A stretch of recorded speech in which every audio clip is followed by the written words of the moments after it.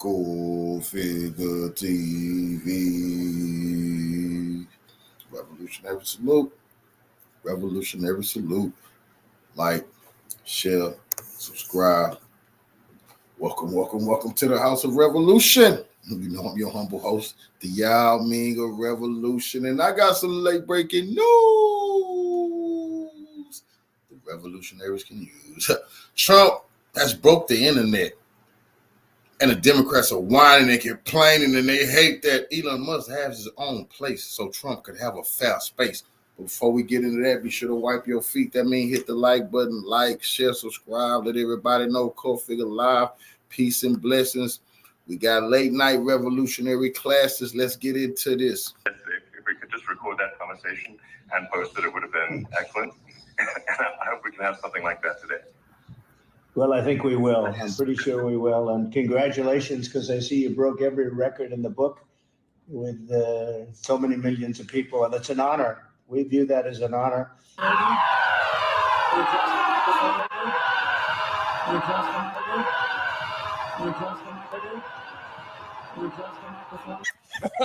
You see them both line up? Hey, welcome back. It's your man Wise. And yes, we got to talk about it, man. We have big news today. What a freaking week. And it's only Tuesday. Not only is Donald J. Trump back on X, he posted for the first time since August 2023. But him and Elon Musk broke the internet last night. Literally, they broke the internet last night with a epic, historic conversation on X Spaces. Elon Musk, the genius behind SpaceX, Tesla, and these people act like Elon Musk is trying to rig the election by letting Trump speak on his platform unhindered. And you scratch your chin like, what? And all of the rich Democratic billionaires are bringing Kamala onto like CNN and MSNBC, and they're not bringing her on because she's running from an interview, but they're having fluff videos about her. Revolutionary salute, all positive and glowing remarks, saying Elon Musk, he's a shady billionaire who might be trying to mess over democracy with his money. What? Have you heard of George Soros? I mean, this is crazy what they're doing, but nobody taking them serious. They're just upset that they don't own all of the platforms. They want all of them. Well, guess what? They so hungry for money. The Democrats, never forget, they owned Twitter. What was that dude named Jack, whatever his name was? Remember, a Democrat sold Twitter to Elon Musk because he wanted more money. He was so thirsty for money, he sold Twitter, and they regret it. And the man who brought X to bring free speech back to social media sat down with the 45th president of the United States, Donald J. Trump. And let me tell you, this wasn't just a conversation. This was a seismic event that sent shockwaves through the political landscape. They say that lightning doesn't strike twice, but last night it struck with the force of 1,000 storms. The interview was scheduled to start at 8 p.m., but as soon as they hit go, the system crashed. Musk later revealed that X was hit with a massive DDoS attack right at the...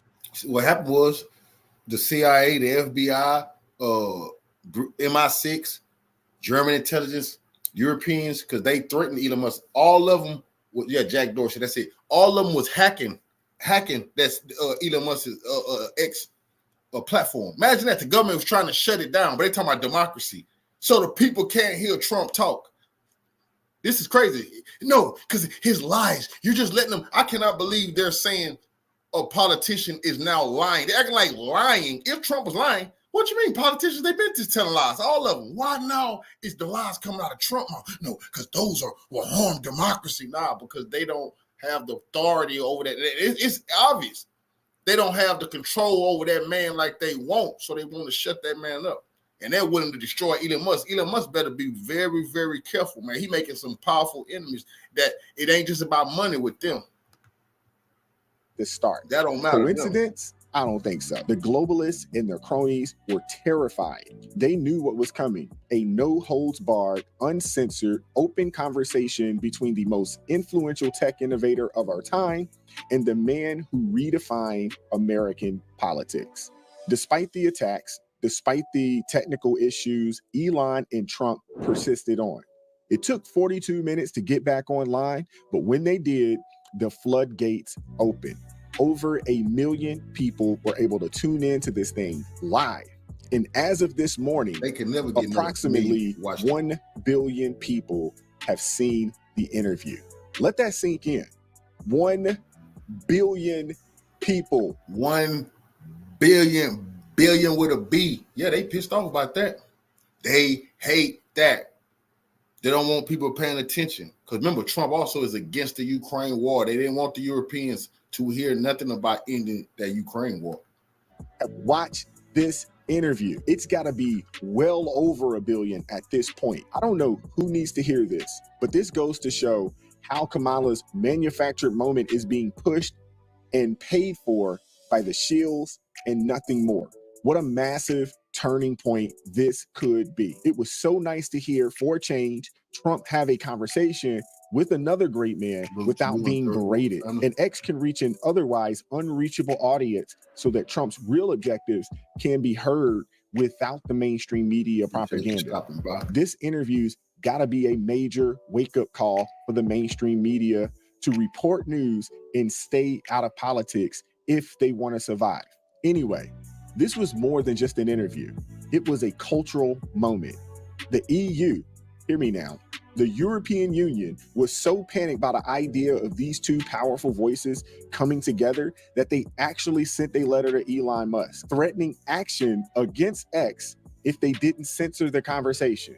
Yes, the European Union was actively trying. That's election interference, bro. The European Union is interfering in a measure. Now imagine Russia sending a letter to somebody saying, "Hey, you better censor that interview." Oh, what? We would sanction Russia for interfering in our election. You can't. If Russia say, "Hey, you sanction Kamala, you censor Kamala Harris before she come on disrespecting us and lying," America would sanction Putin in this country for interfering in our politics. But here's the EU saying to censor Trump. Censor him? Who the hell y'all think you're talking to? EU? Who the hell y'all think y'all is? That's crazy, man, that they was trying to shut up ex-president and a man who running for office here. The hell with Europe. What the hell they think? Who the hell they think we are? Trying to censor this conversation because they were so scared of what Trump and Elon had to say. This is very Orwellian, 1984. Pure, unadulterated government overreach trying to muzzle the voices that challenge the status quo. But Elon Musk didn't back down. This wasn't just about Elon and Trump. This was about the future of free speech in America and around the world. And the best part was the entire world was watching. And it's, you know, I'd just like to note to people listening, like I've not been very political before.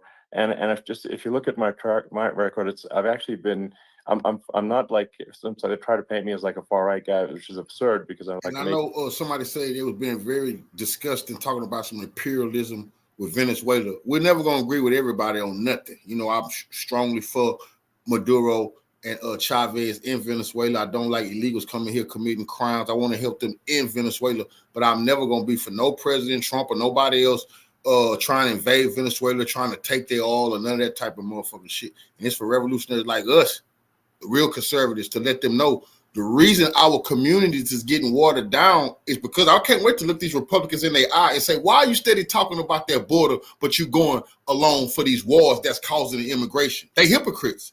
And then we're gonna get into the big business Republicans who own these McDonald's, own these fast food restaurants. I'm in Galveston, who own these all these restaurants. They definitely trying to flood it with migrants, so they have to pay. They have to pay us the proper wage. You see, it's the Republicans too. We got to let them know. They've been coming on TV. Oh, migrants, this, migrant, that, making millions and billions off of this problem. So we got to let them know that the gig is up, man. Don't just be talking about it. Man. We want to see some policies in these for people is getting fined for hiring these people who taking the jobs from Americans also. So stop trying to invade Venezuela, and we won't have all these goddamn migration problems. Making electric vehicles and, you know, solar and batteries, helping with the environment. And I actually, I supported Obama. I stood in line for 6 hours to shake Obama's hand when he was running for president. And, so it's not like I'm like some sort of dyed-in-the-wool long-term Republican. I call myself, historically a moderate Democrat, but now I feel like we're really at a critical juncture for the country, and I think a lot of people thought the Biden administration would be a moderate administration, but it's not, and obviously we're just going to see an even further left administration with Kamala. That's my honest opinion. I mean, her dad is literally. She was brought up as an actual. Her dad is a Marxist economist. You can Google it. I mean, it's not we're not making this up. That's how she was brought up. So, and we want to have a future that is prosperous. And I think we're just at this critical juncture. And I think this is a case of the America is kind of at a fork in the road, and True. And I think it will take the path to, like, you are the path to prosperity, and I think Kamala is the opposite. Then that's my honest opinion. I'm gonna get attacked like crazy, and I've also experienced quite a bit of lawfare myself, but I'm just trying to tell people my honest opinion, and I haven't been really active in politics before, and I'm just trying to point out that my track record historically has been moderate, if not moderate, slightly left, and so this is to people out there who are in the moderate camp to say, I think you should support Donald Trump for president, and I think it's actually a very important junction in the road, and we're in deep trouble if it goes the other way. Well, I want to thank you, and I actually always did think of you as somewhat left. I must say that. So it's Yeah. even more of an honor to have your endorsement. I know how strong you feel about it. But when you think of her, San Francisco 15 years ago, I had a great friend, Bob Tish. He said it's the greatest city in America, and now it's almost not livable there. And California likewise. And she was involved in the destruction of San Francisco and the destruction of California. And she will be involved in the destruction of our country if people are so unwise as to elect her. You can just sense the mutual respect they have for each other. Two American heroes. And they're right. What's to stop Kamala from destroying the U.S. as she helped to do so with San Francisco and California? Just take a look around you. She's been the VP for 3 years or 3.5 years. And have things gotten any better? I want to talk about the conversation for a moment. What an outstanding dialogue. Elon started the interview by asking Trump about the assassination attempt. Then for over 2 hours, they talked about everything from the state of the economy to the future of technology to the catastrophic effects of the radical left policies. They talked about mass migration, with Trump bringing up that there will have to be mass deportations just in order for us to even have a country. These guys should do an X Spaces conversation every week or two, or at least once a month up until the election. This was so much more powerful than the mainstream media debates by orders of magnitude, and there is so many subjects that they didn't even get to discuss. They're not feeling all Plus, this. unlike the heavy scripted nonsense we get from Kamala Harris and Joe Biden, this was two leaders speaking from the heart, raw, unscripted, and real. And let's not forget, this wasn't just any CEO talking to Trump. This was Elon Musk, a man who voted for Obama, a man who has openly criticized both sides of the political spectrum, now sitting down and having a serious conversation with President Trump. If that doesn't make you think, I really don't know what will. Elon must know the dangers of the far left agenda. He's had a chance to see it firsthand. What they're First of all, I'm glad he mentioned that, because I wouldn't even never brought it up. Elon Musk's son transitioned to a female, and Elon Musk made a post and he said, "My son has been killed by the woke mob." That's what he said. His son was dead and killed by the woke mob. This is personal. I didn't even think about that. This is personal for Elon Musk. Their policies have attacked his home, and his son has transitioned, and it's out there now. His son came out and said his dad is a phony, and you're not really, whatever. He hurt his heart, but the policies of the Democrats, like I say, they're after all of our loved ones. And any man stand up and say, hell no, you won't do that. They want to throw you in jail and say you that's the child abuse now. To say, no, my son is a boy and my daughter is a girl. No, you're going to jail. That's the policies of the Democrats. So they know they messing with a man with a vendetta now because what they done to his son. Policies due to innovation, to freedom, to the very fabric of our society.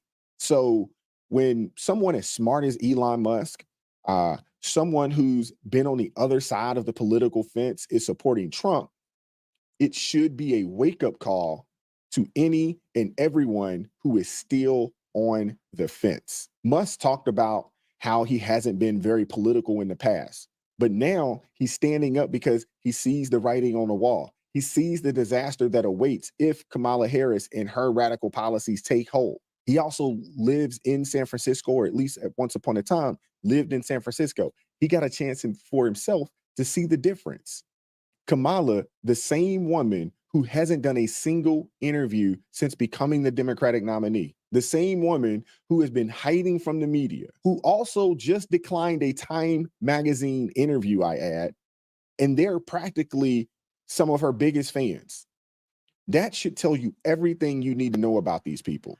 Trump and Musk were out there having an over 2-hour-long conversation with the American people listening.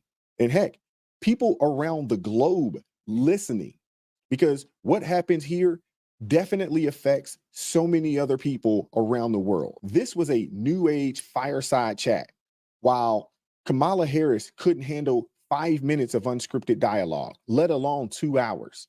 And don't forget, Kamala was invited to do a X Spaces interview as well, but she declined to do that one also. Now, I don't know, guys, but this was more than just a conversation. It was a statement about the importance of free speech, the need and importance of transparency, and the dangers of government overreach. The mainstream media is doing everything they can to twist the narrative, to make you believe that Trump and Musk are villains, but the truth is out there. And last night, the truth spoke for over 2 hours, uninterrupted, unfiltered, and uncensored. And of course, in their usual fashion, the lefties are absolutely losing their minds over this. Check this out. We're all back. Imran, take us through what Elon Musk is doing and the theories as to what his motives are. Well, unfortunately, I can't tell you what's in the hearts of any individual, but I can tell you what our researchers have been studying with Mr. Musk's own output on his platform X. We examined posts about the US elections that he'd posted between January the 1st and July the 31st, identifying 50 posts that independent fact checkers found to be false. Now, that those 50 posts had accrued 1.2 billion views. And there were three main categories. There was an AI-generated fake video of the Democratic nominee, Kamala Harris, which had 100 million plus views.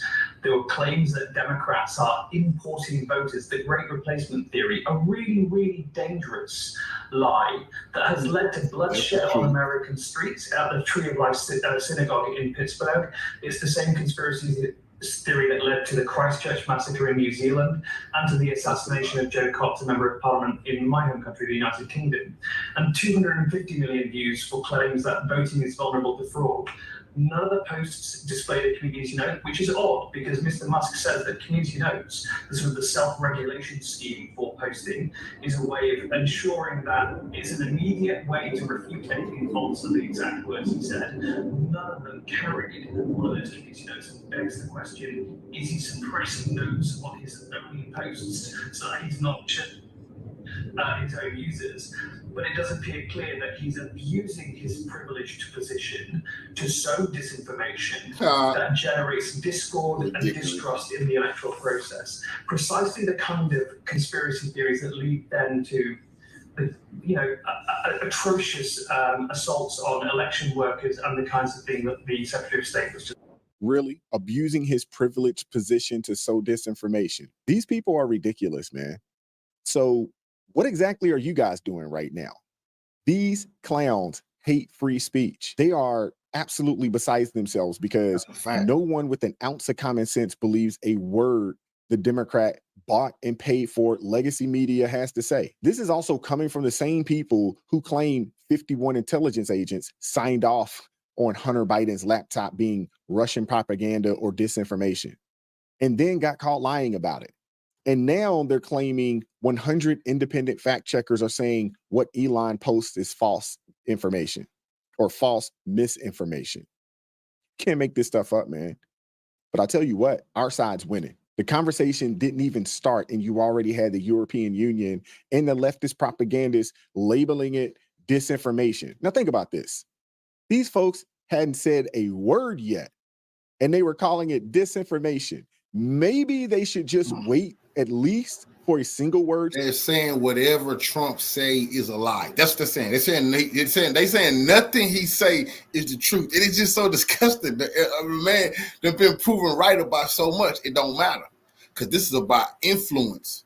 You see, presidential race is also a popularity contest. That's how he got in the first fucking time, and he more popular than Kamala. And he going out there, he on the road, he doing his thing. She can't do that. They got to hide her, because the more she talks, she gonna crash. She can only sit in front of a teleprompter and say what's been written for her. She cannot sit there and hold long conversations for hours about policies with different people that's gonna crash her election. She cannot get on Time Magazine interviews. She got to refuse any interviews. This is disgusting. That's how you know she a puppet. When they know that any interviews will ruin her chances to be president, you gotta think, damn, how can you be president if you never want to sit down and talk about your policies? It's ridiculous. But it go to show you, ain't no damn free speech. Less speech as possible. They want to tell you what's correct. And like I said, before Trump started running, I never even heard of an independent fact checker. When did they start fact checking what politicians say? They never fact checked them, because all politicians were supposed to be liars and swindlers, right? But all of a sudden, now whenever Trump finished talking, CNN, all right, we have our fact checkers here. This is not true. And then they're lying. They're saying they fact checked that it's not true. You're like, nah, that is true. They just be lying, man, and it's crazy. For it to be uttered before they start completely erupting, I mean, it might do them good to just listen to a long-form conversation for a second. It may. They might want to take some notes, though, for sure. Like, how unhinged do you have to be to try and shut down a conversation before it even happens? I can't believe people are falling in line with this. I really can't. I don't understand why people would want to live under that type of tyranny. They are scared to death of free speech because they know that if the people start hearing the truth, their whole house of cards will come crashing down immediately. Did you guys get a chance to see Kamala Harris's response to this? Check this out. Kamala's campaign released a statement. Wow, they are so butthurt, man, but this is amazing. The statement reads, Donald Trump's extremism and dangerous Project 2025 agenda is a feature, not a glitch of his campaign, which was on full display for those unlucky enough to listen in tonight during whatever that was on x.com. Yeah, or that already tells me they haven't watched a minute of the stream.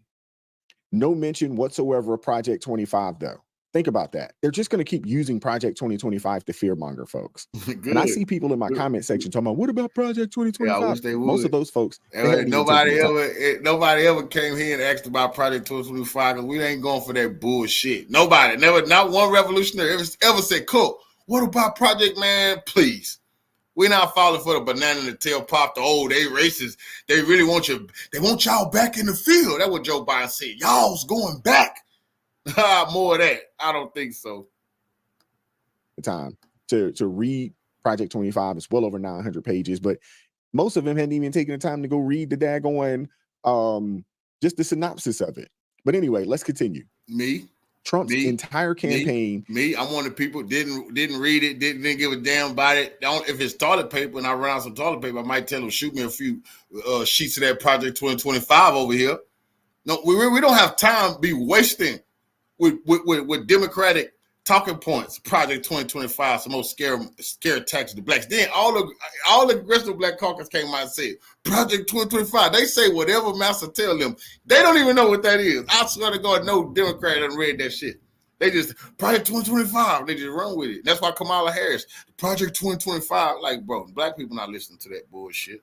is in service of people like Elon Musk and himself, self-obsessed rich guys who will sell out the middle class and who cannot run a live stream in the year 2024. Now, where was all that smoke for NABJ when they couldn't get their equipment up and running and they were 30, 35 minutes late to interview President Trump? Where was that smoke at for them? They'd be happy to get a few thousand people on a space with Kamala. This is rich coming from a party whose elites just led a coup against their own presidential nominee to install another elite. I'm about to say, you can't listen to these people, man, when the billionaires in the Democratic Party openly said Joe Biden get no money until he go. And they want to tell us, you got to watch this rich guy. Man, the pot calling the kettle black. You think we know about George Soros? We know about him. He the one we worried about. Somehow worth millions and millions of dollars on a politician's salary. Now let this sink in. Kamala Harris, they say, is worth upwards of $15 million. She's been a public servant for the better part of 27 years? How do you amass $15 million? You haven't created any invention. You don't own a business. Your claim to fame is in politics. That's how you've earned your living. How did you get to a point that you are a decamillionaire? How did that happen? Let me tell you something. It's pretty stupid for a presidential candidate who constantly declines public, candid speaking appearances to attack a candidate who is actually making those appearances, speaking to the people.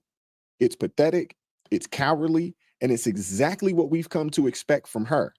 And Joe Biden, for that matter, although recently he's been out there doing a whole lot more interviews than what he was doing when he was, I guess, I don't want to say when he was president, because I guess technically he is president, but when he was actually running for president again. But I can understand how two human beings having an honest, unscripted conversation about issues that matter to normal people would confuse her. I definitely understand that.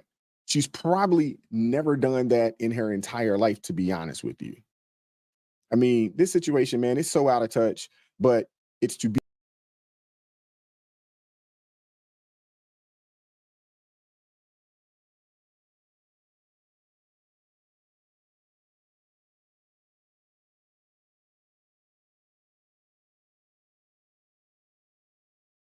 Now, this makes absolutely no sense.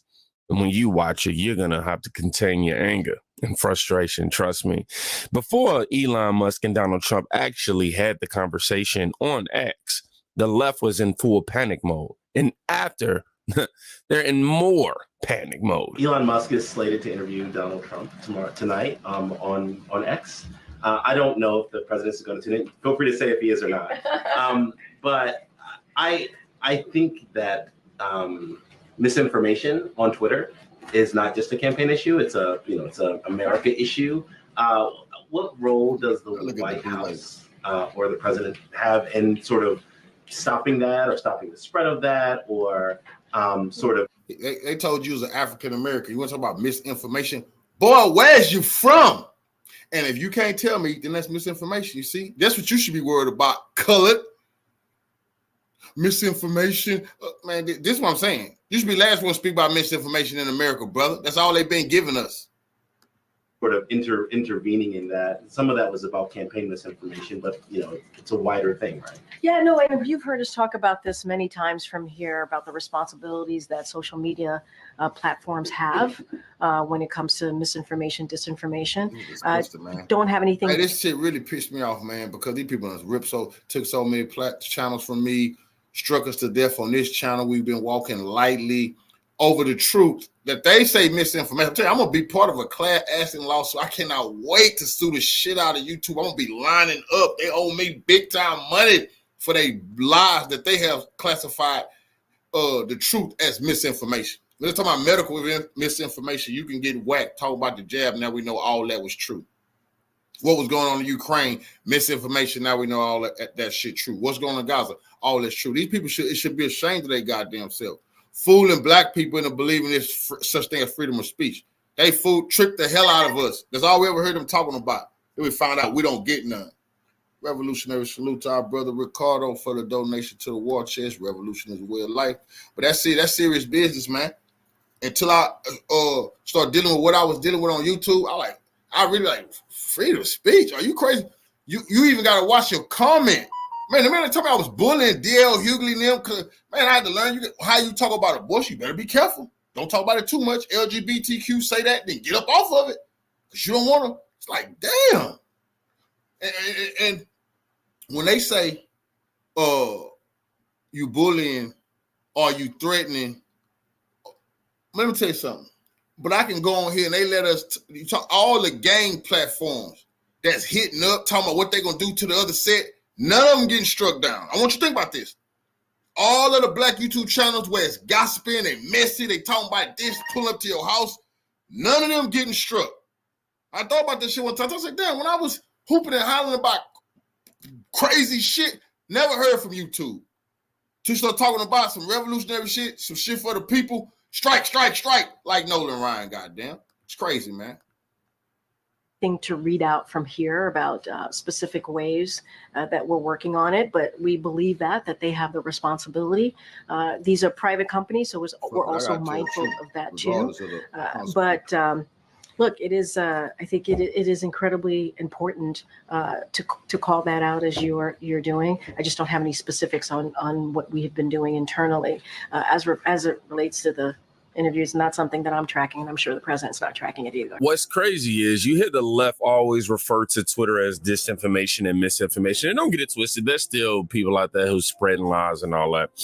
But he's dedicated his whole career, low-key, to just being a champion of free speech. Bro, and they hate that. That is a fight.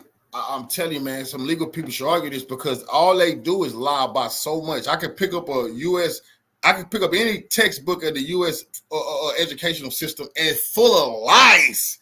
Full of lies. So you post the lies, they got all on social media, they ain't striking none of this shit down. I'm not finna go through the laundry list of lies that they tell daily, but how they deal with us is a nefarious lie. Where we come from.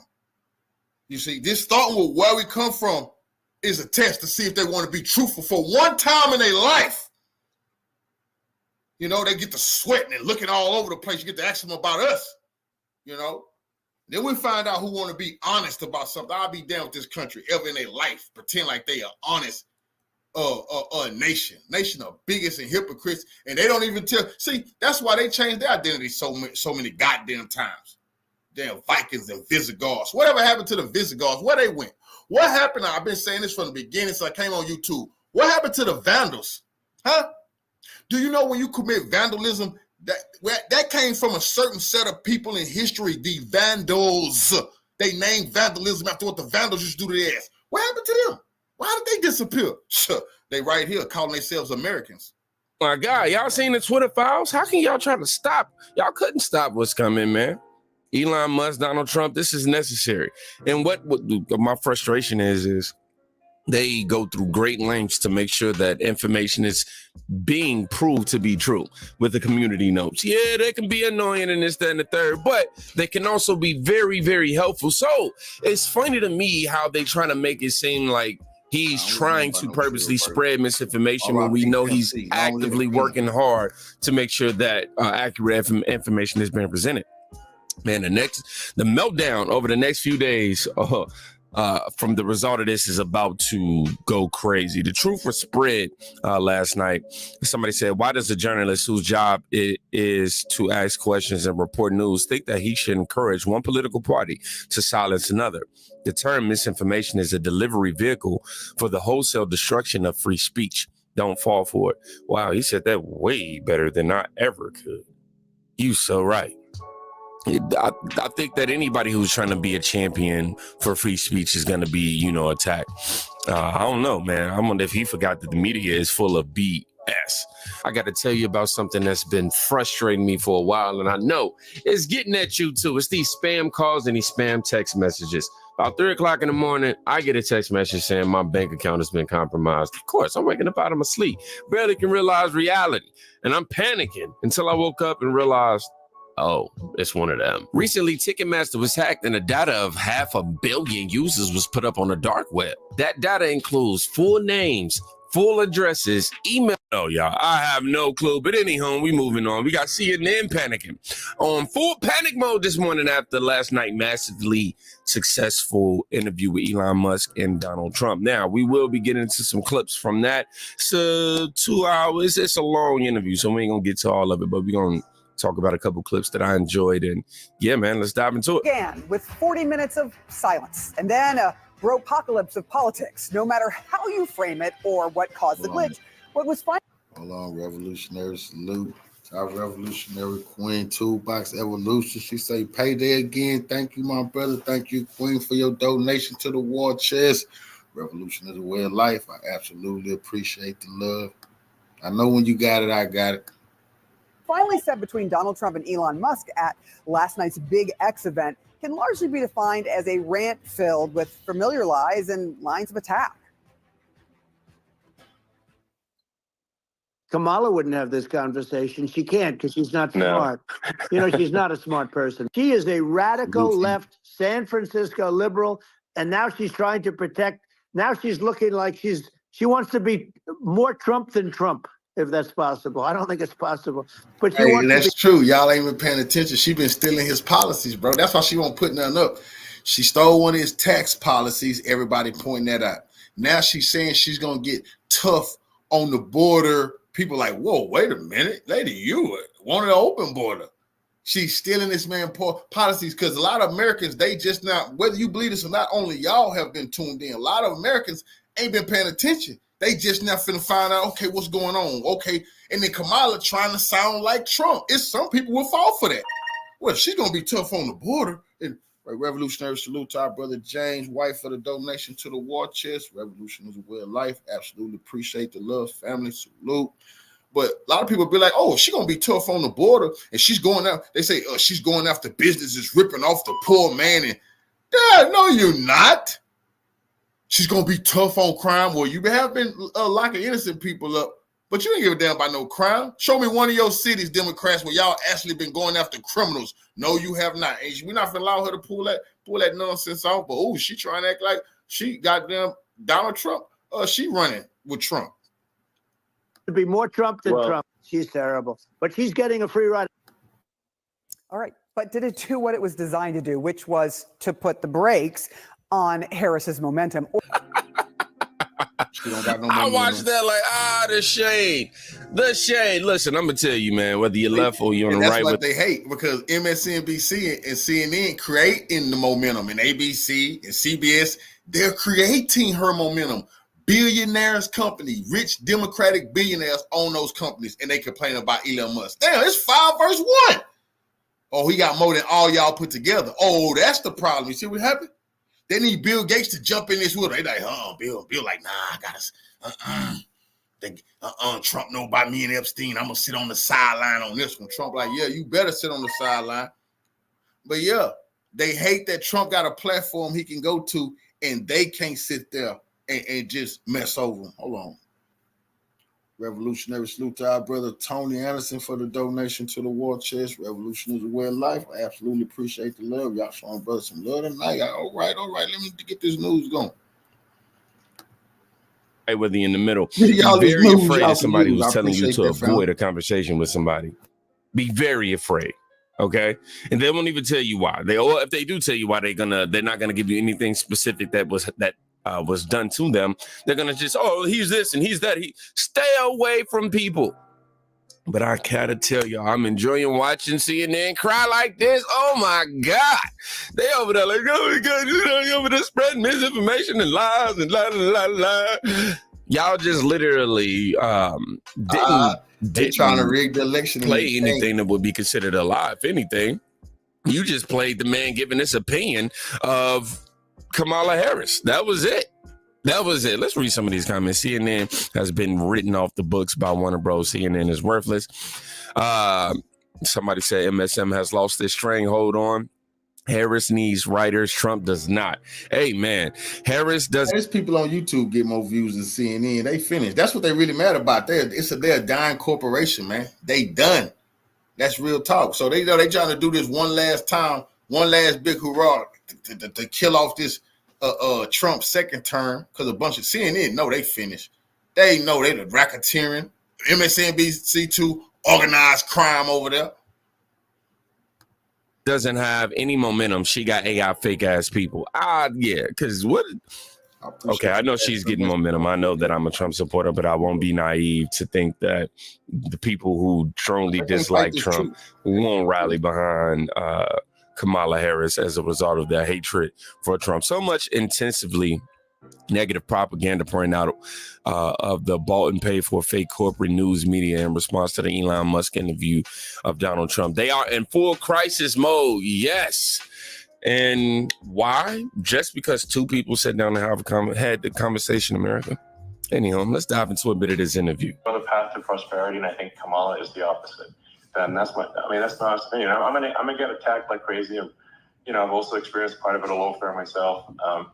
But I'm just trying to tell people my honest opinion. And I haven't been really active in politics before.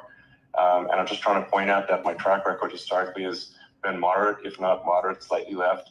And so this is to people out there who are in the moderate camp to say, I think you should support Donald Trump for president. And I think it's actually a very important junction in the road, and we're in deep trouble if it goes the other way. Well, I want to thank you. So now we're finding the purpose. We're getting, merit to the situation. Obviously, they wanted to come and have a conversation. But in addition to that, they wanted to give people whom are on the fences about Donald Trump an opportunity just to hear the human side of him. Now, this was a part of the interview that I thought was very interesting. Elon Musk explaining his transition from supporting Obama to now supporting President Trump. Wow. Here's my favorite African American explaining his journey. If you look at my record, I've actually been. I'm not like some. So they try to paint me as like a far right guy, which is absurd because I'm like making electric vehicles and solar and batteries helping with the environment. And I actually I supported Obama. I stood in line for 6 hours to shake Obama's hand when he was running for president. And so it's not like I'm like some sort of dyed-in-the-wool long-term Republican. I'd call myself, historically a moderate Democrat. But now I feel like we're really at a critical juncture for the country. I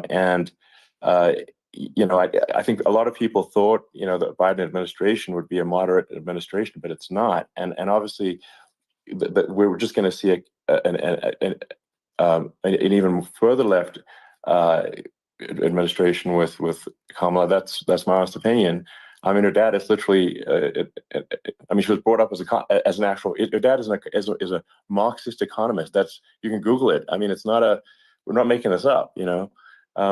That's how she was brought up. So, and we want to have a future that is prosperous. And I think we're just at this critical juncture. And I think this is a case of America is going to at a fork in the road, and true. And I think it will take the path to, like you are the path to prosperity, and I think Kamala is the opposite. Then that's my honest opinion. I'm gonna get attacked like crazy, and I've also experienced quite a bit of lawfare myself. But I'm just trying to tell people my honest opinion, and I haven't been really active in politics before. And I'm just trying to point out that my track record historically has been moderate, if not moderate, slightly left. And so this is to people out there who are in the moderate camp to say, I think you should support Donald Trump for president. And I think it's actually a very important junction in the road, and we're in deep trouble if it goes the other way. Now, obviously, that was an extended clip from the first clip that I showed you guys, but he gave a little bit more detail as to, who he is and his political background. But that this interview wouldn't have been right. We already know he's going to talk about Kamala, but it wouldn't have been justified. Or it wouldn't have did him no justice had he not brought up Tim Walz. He bodied Trump, that is, bodied Tim Walz. He's her running mate approved tampons in boys' bathrooms. That's all I have to hear. Tampons in boys' bathrooms.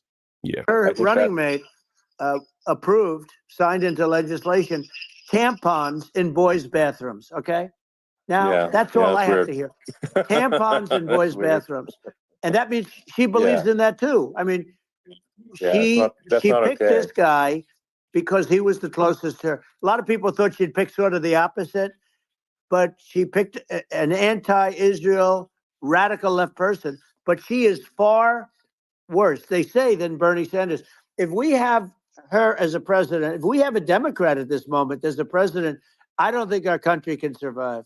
Her running mate. I don't know what's wrong with these people, man. A man could not bleed out of and then they trying to come up with all these videos, man straight up. Like, what? I ain't no scientist and none of that, and I ain't no doctor. I ain't studied biology. I ain't gonna say act like I know everything, but I know for my 33 years of life, at this moment, I ain't experienced none of this crap that they trying to invent. And I don't see why a tampon would be needed in the boys' bathroom. Anyhow, President Trump discusses his fight against Kamala Harris's weaponized justice system. Quote, they set up a very bad precedent. Never happened before in this country. It does not happen in banana republics and third world countries. Let's go ahead and continue this Trump on next conversation. Lawfare, I think, we need to be concerned about what they've done to this country. Obviously. Yeah. Yeah. Well, we just won the big case in Florida. This was a Biden administration did something that's never been done in this country, and that's go after their political opponent, me, with this nonsense and just nonsense. And the big case in Florida we won, but they always pick a judge and a jury, and they use local DAs, they use the local attorney generals, like Fani, Fani, spelled Fani, Fani, and it's all a big hoax, and it's all run from there. Like in Manhattan, one of the top people from the Justice Department went in, ran Manhattan, ran the state. The Letitia James deal was run by a person from the Department of Justice, Biden. They've never done this before, and they set up a very bad precedent. It's called lawfare, warfare. It's a terrible thing, and never happened in our country. It does happen in banana republics and third world countries, but it's never happened. And the incredible thing is it actually drove my numbers up because people see, fortunately I have a platform like you, or, in all fairness, like a conversation like this, where I can talk about it and people understand. I mean, you fight for election integrity and you end up getting indicted because you're fighting for election integrity. And when the day comes that you can't fight for election integrity, you don't have a country anymore. So what happens is they went after their political opponent, me. Now Biden's, close to vegetable stage, in my opinion. Oh, man. Everything he just said right there was on point. To the point now we have Kamala Harris's releasing a statement after the interview with Elon Musk and Donald Trump. It says statement on Donald Trump's interview with Elon Musk. Donald Trump's extremism and dangerous Project 2025 agenda. I'm sorry, pause. Did he not denounce Project 2025? And then on top of that, Project 2025 ain't as bad as everybody making it seem. Few extreme points that I may not necessarily, agree with, but it's not as demonizing as everybody's making it seem. Anyhow, starting from the top. Donald Trump's extremism and dangerous Project 2025 agenda is a feature, not a glitch, of his campaign, which was on full display for those unlucky enough to listen in tonight during whatever that was on X.com. Trump's entire campaign is in service of people like Elon Musk and himself, self-obsessed rich guys who set out the middle class and who cannot run a live stream in the year 2024. Sound like straight panic, dog, because I ain't even furious when I read this. Back in the day, I watch and read. Look, my fault, y'all. First video of the day. I read this and go, oh my God, are you kidding me? Like, you gotta be cuckoo for Cocoa Puffs. Like, what are you talking about? He brought up everything that the American people are concerned about. But for whatever reason, that's dangerous. Oh, but, I'm over here like, y'all just mad. Y'all big mad. Y'all salty. Let me see. All they got is lies. Because right here is Trump's tweet right here. I have nothing to do with and know nothing about Project 25. The fact that I do is merely disinformation put out by the radical left Democrat thugs. Do not believe them. So they're literally doing what they're saying Donald Trump is doing. That's a fact. That's a fact. They're saying Donald Trump is doing something that he's not doing while they're doing what they're accusing Trump of doing. Bro. Wow. Okay, cool. This is where we at, America. Now the panic has gone even further. We have right here, right now, Elon, this is during the actual interview. Right now, Elon Musk is interviewing Donald Trump live on Twitter. We're not calling it X. Don't worry, we don't call it X that much either. But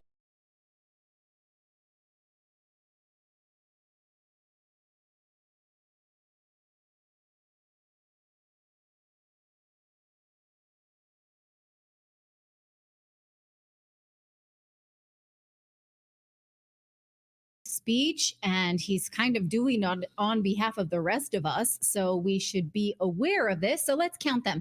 First, Musk hosted a live Spaces on X with Donald Trump last night. This marked his return to the platform after being kicked off in the wake of January 6th. And Musk says that over 1 billion people tuned in across platform. It was an unscripted conversation with a presidential candidate. So you would think that that is a national value. We want to hear from somebody who is leading a major portion of votes in the polls. But the press thinks, oh, they're talking to Donald Trump. They're giving him unscripted access. They think we don't want this. We absolutely should collectively want this. The press should want that too. One of my favorite parts, I want to say, of the Twitter X space was when Donald Trump recounted a conversation with Vladimir Putin when he was president. And he said he had warned him against a war in Ukraine. And he said, Putin said, no way. And Trump responded, way. That was kind of fun. Way. I have a feeling it did not happen like that. Yeah. But it's his story to tell. It's his place to retell it. And it's my right to sort of have an opinion about it as a voter. Another part that I was keen to hear was that Elon Musk said that he would love to advise on a government board that controls government spending if Trump is reelected. And the president said, love it. I would love it. Guess what? I would love it too if anyone could rein in government spending. Musk discussed how inflation is caused by government spending and how that should not be controversial. He's quite correct. Now, in advance of this conversation, European Commissioner Thierry Breton sent a letter to Elon Musk and warned him about potentially harmful content. Here is the tweet that went along with this letter. I know you can't read the letter on your screen. It's a bunch of nonsense. I'm just showing it to you so you can read it for yourself if you want to. It is a not so veiled threat that hosting Trump on X could affect his current EU proceedings against X. He says that on the one hand, yes, free speech, but on the other hand, whatever we think is harmful to the EU that Trump says in this unfiltered content, we will hold you, the platform, accountable for. Well, the EU now says that Thierry Breton was not authorized to do this. In fact, they said that this was his own mind and his own way of thinking, and this was not approved by President Ursula von der Leyen. So what was he so afraid of that was said by Donald Trump? Why were they so worried about him being given the floor? He uses the fear of misinformation, but of course the EU has many times put out... They don't want Trump talking about them borders. Europe has a big problem with their borders because they've been causing all them wars everywhere. They don't want Trump pointing out to a lot of those European people, yeah, damn right, they societies, their cultures are being watered down on purpose by the small hats. Same thing happening to us here. They call that hate speech. That's the truth.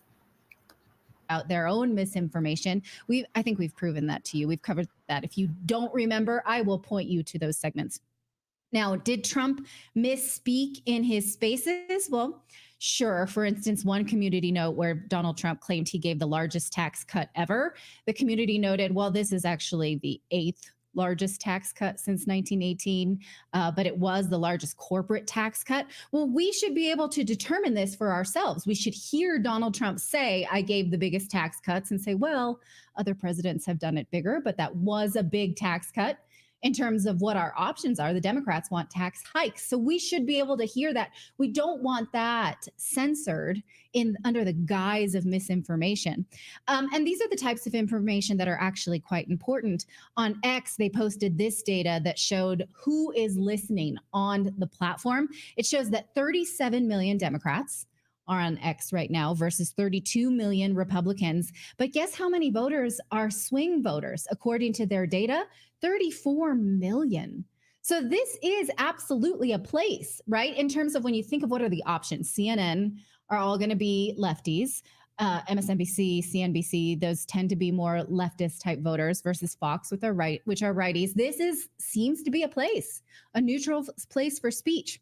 So Musk says that he will happily do one of these with Kamala Harris. She has not responded, and it's not very likely that she will do something like this. One, because it's out of context to just giggle the whole time, which seems to work for her in her rallies, to just giggle a lot while making eye contact with people. It's like her rallies are like a constant inside joke, don't you think?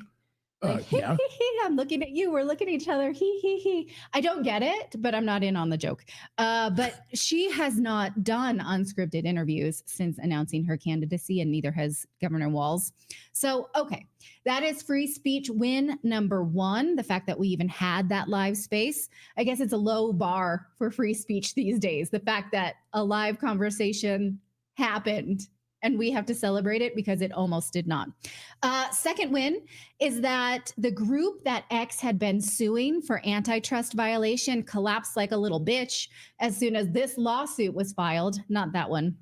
Can we go through it? Nope. Keep going. Keep going.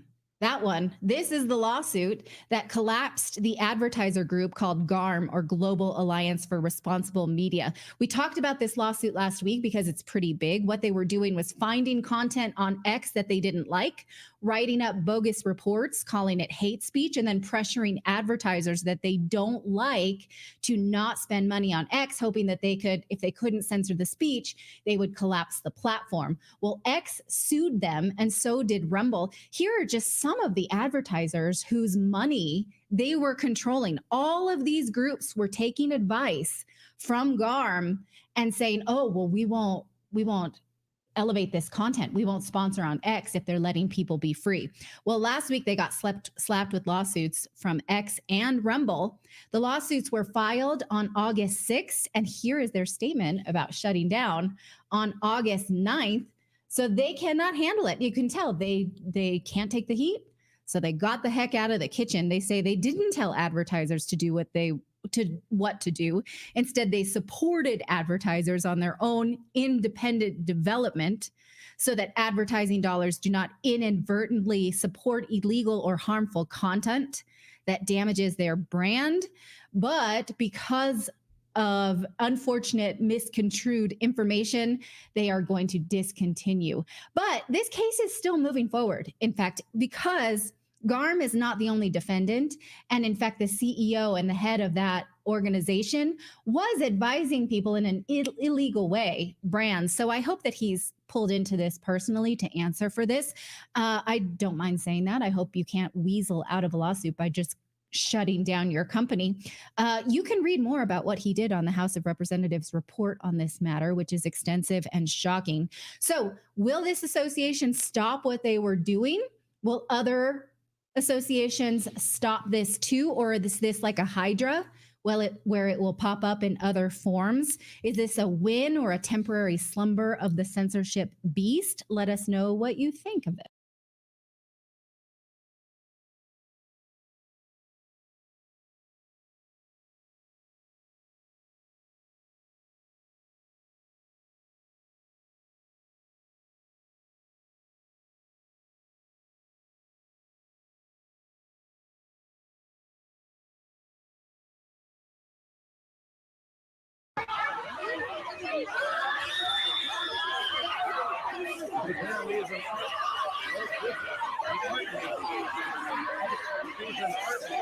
I think really it's essential that you win for the good of the country for this election. And I mean, I'm just stating my opinion. You know, people in America want to feel excited and inspired about the future. They want to feel like the future is going to be better than the past, and that America is going to do things that are greater than we've done in the past, reach new heights that make you proud to be an American and excited about the future.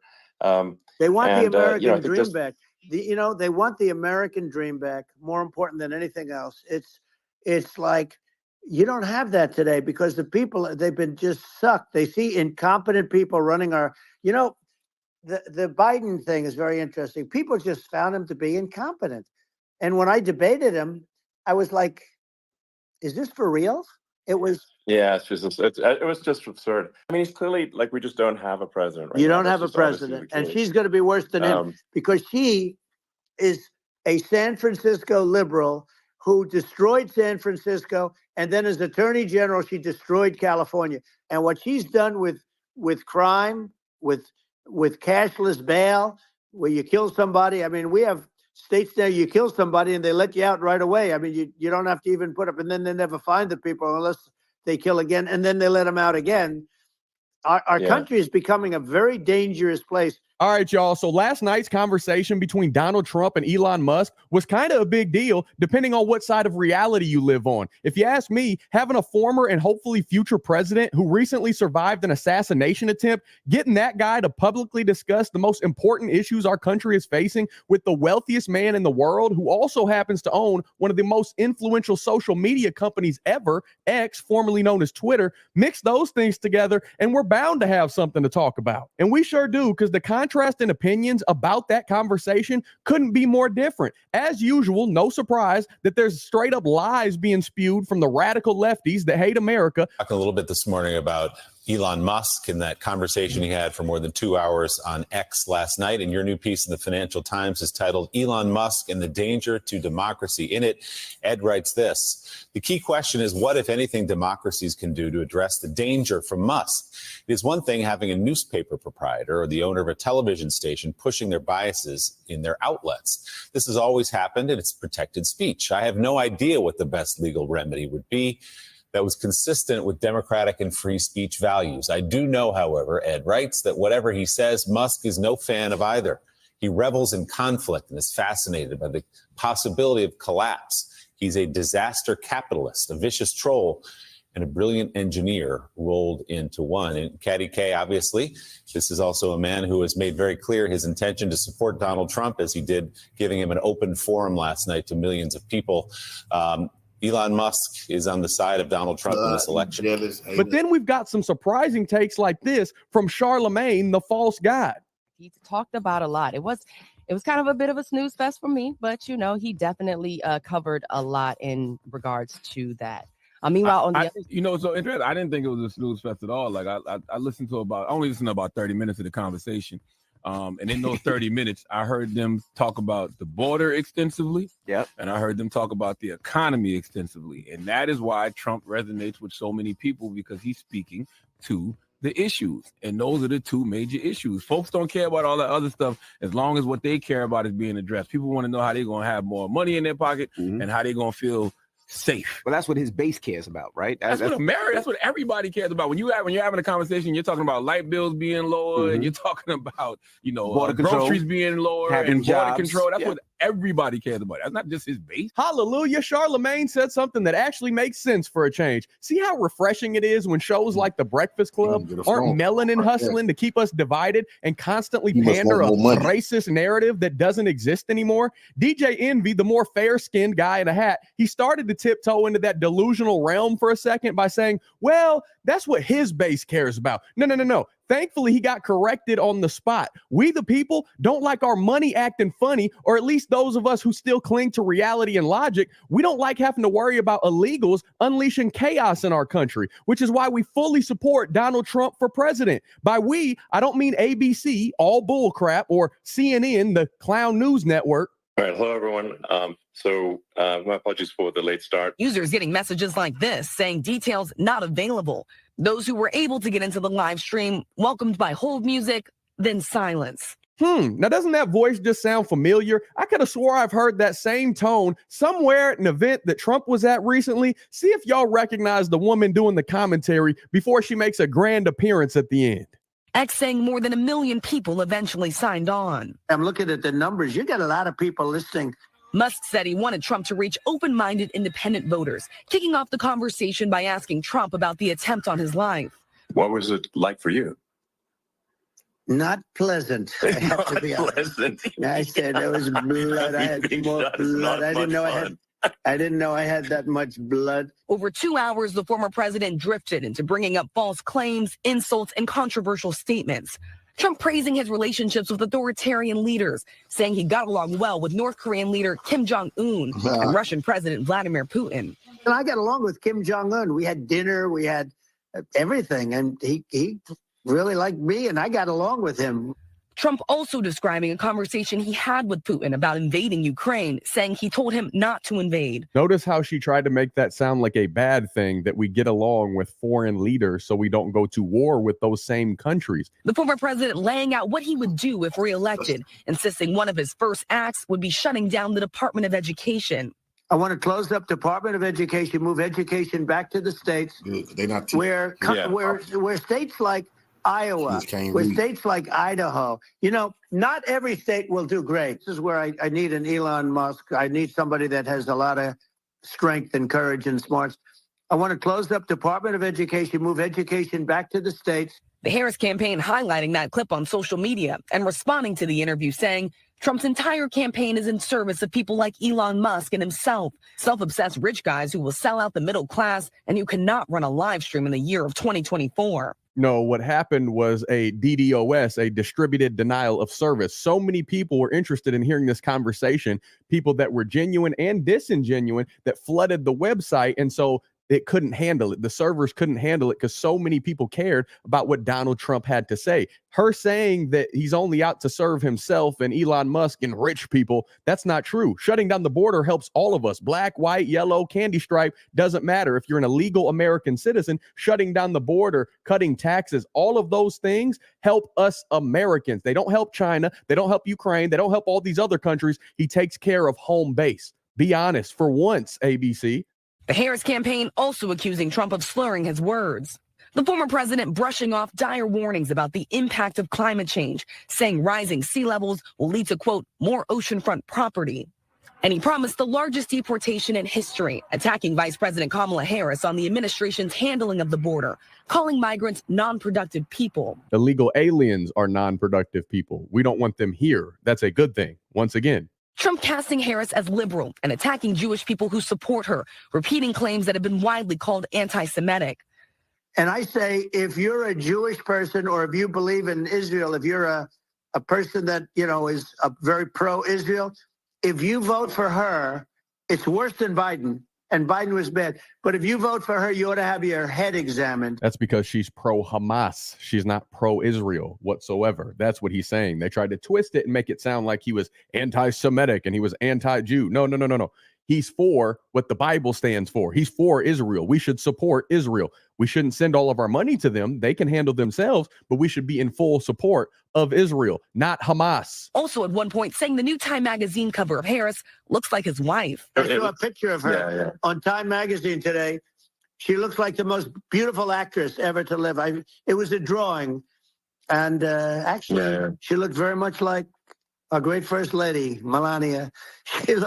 She didn't look like Camilla. That's right. But of course, she's a beautiful woman. So we'll leave it at that, right? And in a sign of just how much the former president has struggled to pivot to a new rival, Trump also spent time attacking President Biden, even though he's no longer in the race. Because he was forced out via a coup from his own party after serving that party for over half a century. They forced him out. Have you seen Trump struggle? Have you seen him pivot from anything that he's always stood on? He's the same president. He's the same bold leader. He's getting the same massive rallies and support behind him, if not far more than he has in the past. What are these people smoking? Don't forget, I beat Biden. He failed in the debate miserably. Oh, look who it is. It's Rachel Scott, y'all. The same lady that hit Trump upside the head with a bunch of attacks and misleading questions at that National Association of Black Journalists. My question, sir, now that you are asking Black supporters to vote for you, why should Black voters trust you after you have used language like that? Well, first of all, I don't think I've ever been asked a question so in such a horrible manner. First question. You don't even say hello, how are you? Are you with ABC? Because I think they're a fake news network, a terrible network. And I think it's disgraceful that I came here in good spirit. I think it's a very rude introduction. I don't know exactly why you would do something like that. And let me go a step further. I was invited here and I was told my opponent, whether it was Biden or Kamala, I was told my opponent was going to be here. It turned out my opponent isn't here. You invited me under false pretense. And then you said, you can't do it with Zoom. Well, where's Zoom? She's going to do it with Zoom and she's not coming. And then you were half an hour late, just so we understand. I have too much respect for you to be late. They couldn't get their equipment working or something Mr. was President, wrong. I would love I think if you it's can a answer the very question on nasty your rhetoric question. and why you I have believe that answered the Black voters question. trust And as always, CNN had to get their couple seconds in the spotlight and let you know how they really think. With us now is Democratic Congressman Eric Swalwell of California. Oh, look who it is. Eric Swalwell. He's always an honest fellow we can trust. He serves on both the Judiciary and Homeland Security committees. Thank you so much for joining me this morning, Eric. My pleasure. Thanks, Sarah. I want to quickly go through a couple of things that Donald Trump has said. He was trying to make news last night. Not much news was made when he did his 2-hour interview with Elon Musk. Not much news was made. Just almost a billion views. Almost a billion views. Nothing to talk about. Nothing to see here. I want to get your quick response. First, here is Trump talking about the fact that Biden ended his campaign for president and Kamala Harris started hers. Here he says. This was a coup. This was a coup of a president of the United States. He didn't want to leave, and they said, we can do it the nice way or we can do it the hard way. Yeah, I mean, they just took him out back behind the shed and basically shot him. What they did with this guy, So, and I'm no yeah. fan of his, and he was a horrible president, the worst president in history. Your response to his comments there? Donald Trump wants to call Kamala Harris at the top, a coup. Well, he knows a thing or two about a coup, but he's coup. Oh, wasn't that cute? You see what he did there? No, Trump knows all about how to overcome obstacles, overcome illegitimate accusations and lawfare that is directed against him, that your party proposed and that your party has constantly put him through. Eric Swalwell. That's what Trump knows how to beat. He doesn't know anything about a coup. And he's desperate. And we saw that last night on his Twitter conversation. And Sarah, by the way, he's not going out to the battlegrounds anymore. He's just sitting on the couch conducting, Twitter space conversations with someone else in the billionaire boys club. And I don't know, where's he going to be tonight? At like a Boca book club? I mean, get out there and talk to people like Kamala Harris is. So when exactly did Kamala Harris start getting out there and talking to people? So far, all we've seen her do is read off a teleprompter, at least more successfully than Joe did. I got to give her that. But all she's done is claim Trump policies like no tax on tips as her own. And she hasn't done any interviews. She declined Time Magazine. She declined CNN. She probably declined all the major media outlets. And she's out there doing what exactly that Trump isn't doing? Trump's taking on interviews from everybody. Trump's drawing massive crowds as usual and hosting gigantic rallies.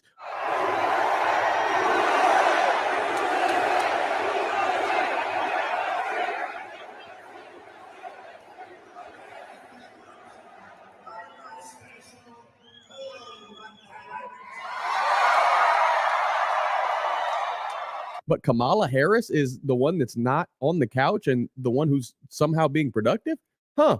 News to me. So you can kind of feel bad for three people who were a part of that last night. The Republican Party, because they have an almost 80-year-old in decline as their candidate. Any investor in Twitter, because the platform has been reduced to nothingness. Almost like the candidate that it's seeking to prop up. And even Donald Trump, I mean, he's boring now, and he's a former president, and it's no way for a president to let themselves go. He's boring now. What's wrong with you people? Views later. You know what's ridiculous about Donald Trump? And I was listening to part of his X space with Elon last night. Overall, like the breath of fresh air, when this man is just answering questions, having a conversation, whether it's with Elon Musk, whether it's a town hall on CNN, whether it's on Fox, whether it's with Tucker Carlson, whether it's with the Nelk boys, whether it's with that other streamer, I don't know what his name is, but it's just like this dude's just having conversation. You just have a conversation. He's talking. He's talking about what he sees in the world. I don't care if you agree with what he sees in the world. He's at least talking about it. And then we look at Kamala, who's like, let me think about that, because I can't, tomorrow we may not know, and we could possibly know today, but if I speak on it, we may be fully well in our past of today's. And so I just feel like I can't comment on that yet. And I'm like, oh my gosh, Kamala, do you have an authentic thought whatsoever? Can you get up there and speak about anything candid, or does everything have to be scripted? Do you actually know that you're in America? Do you know what it takes to run America? I don't, but you look like me, and I feel like we both don't know, but you're the vice president, potentially new president, and I can see it in your face. People start talking about stuff, and Kamala's got the same look I got. Like, what are you, like, I'm trying to act like I know, but I do not know what you're talking about. That's Kamala, like 9% of the time. 9% of the time, she's just like, in which we is, and we is what we are when we are not what we were. Of course, that wasn't the only dishonesty going on. Harry Sissy Man purposely lied to his audience about the amount of people tuning in to hear what Trump had to say. These folks want you to think Big 45 is washed up and forget about how popular he really is. Thankfully, in the internet age, it's really easy to fact check the fact fraudsters. The Kamala Harris and Wacko Walls campaign had to add their 2 cents as well. In an email they sent out to all their paid supporters, it said, right now, Elon Musk is interviewing Donald Trump live on Twitter. We're not calling it X. Clearly, they're not calling it that because they hate how Musk allows for true free speech and doesn't cancel users for not sharing radical left views. Remember, under previous ownership, while Donald Trump was still president, he was banned from Twitter. But I digress. It's not enough that Musk has pledged to donate millions of dollars to help re-elect Trump. He's using his purchased platform, one of the largest social media sites in the look world. At these scammers. Now, Trump on X blowing up, doing his thing. These scammers telling people to send them $25 now to beat Trump. These is preachers. To spread Trump's unhinged and hateful agenda to millions of users. Hold up. 10%. Wait a minute. Something ain't right. If that's all you need to hear, chip in $25 now to help Kamala and Tim have the resources to respond to their lies. We need the resources to fight Trump. Send $25. That's ridiculous, man. That's ridiculous, man. This is some scamming at all-time high, man. She's an Indian scammer, man. Otherwise, let us remind you why this is a big deal. The richest person in the world is a lackey for Team MAGA. Musk already ruined Twitter by allowing hate speech, or free speech, and disinformation to flood the platform. Now Musk is using his vast fortune and broad reach to try to control our democracy. All these people say he's ruining it. All of these news media say he's ruining Twitter. We ain't calling it X, but they still got their accounts and they tweeting. And like, what? Why are you over there then? Why are you over there? You ain't on Truth Social. We would never go to Trump's lying platform. Or why are you on Elon Musk lying, hateful platform? See, these people, this is ridiculous. Goodness gracious, these dirty Dems never let up. But spoiler alert, repeating a lie over and over again doesn't all of a sudden become a truth just because you want it to. Contrary to popular belief in this culture, falsehoods will always be false, and reality will always coincide with the truth. Clearly, there's a side here that refuses to listen to the greatest words of wisdom ever written from the book of John, chapter 8. The truth shall make you free. To all you lost souls out here, stop lying about everything and follow Jesus Christ. Then you'll no longer be a slave to sin. We wouldn't see all these folks running around like a chicken with its head cut off, bearing false witness about Trump and calling us far-right Christian nationalists just because we want to see our country thrive again. Wake up out of the wokeness, vote Trump in November, repent of your sins, and confess Christ as Lord and Savior. That's the solution.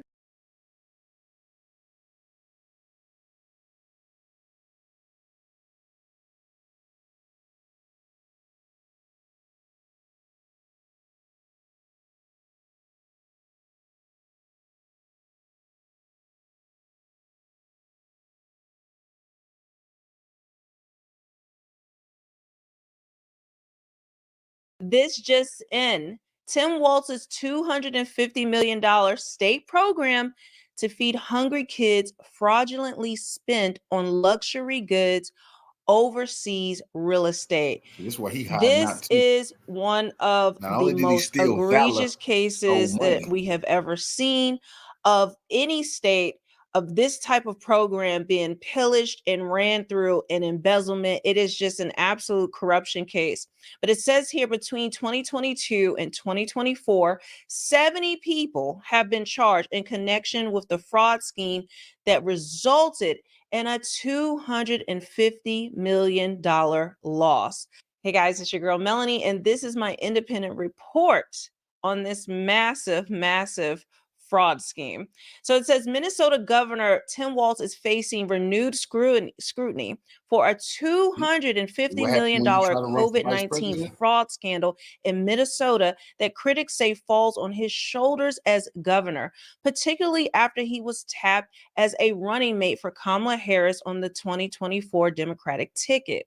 Between 2022 and 2024, 70 people have been charged in connection with the fraud scheme that resulted in a $250 million loss from the Minnesota Department of Education's Feeding Our Future program, a federally funded meal assistance plan meant to help give free meals to eligible children and adults. At least $250 million. But they try to act like, oh, he wanted. I remember they said, oh, that's disgusting. That he wanted to make sure no child didn't have a meal. Free food programs. I remember that. I said, oh, he stole that from the Panthers. He said he wanted to feed the kids, and then they stole the money. You see?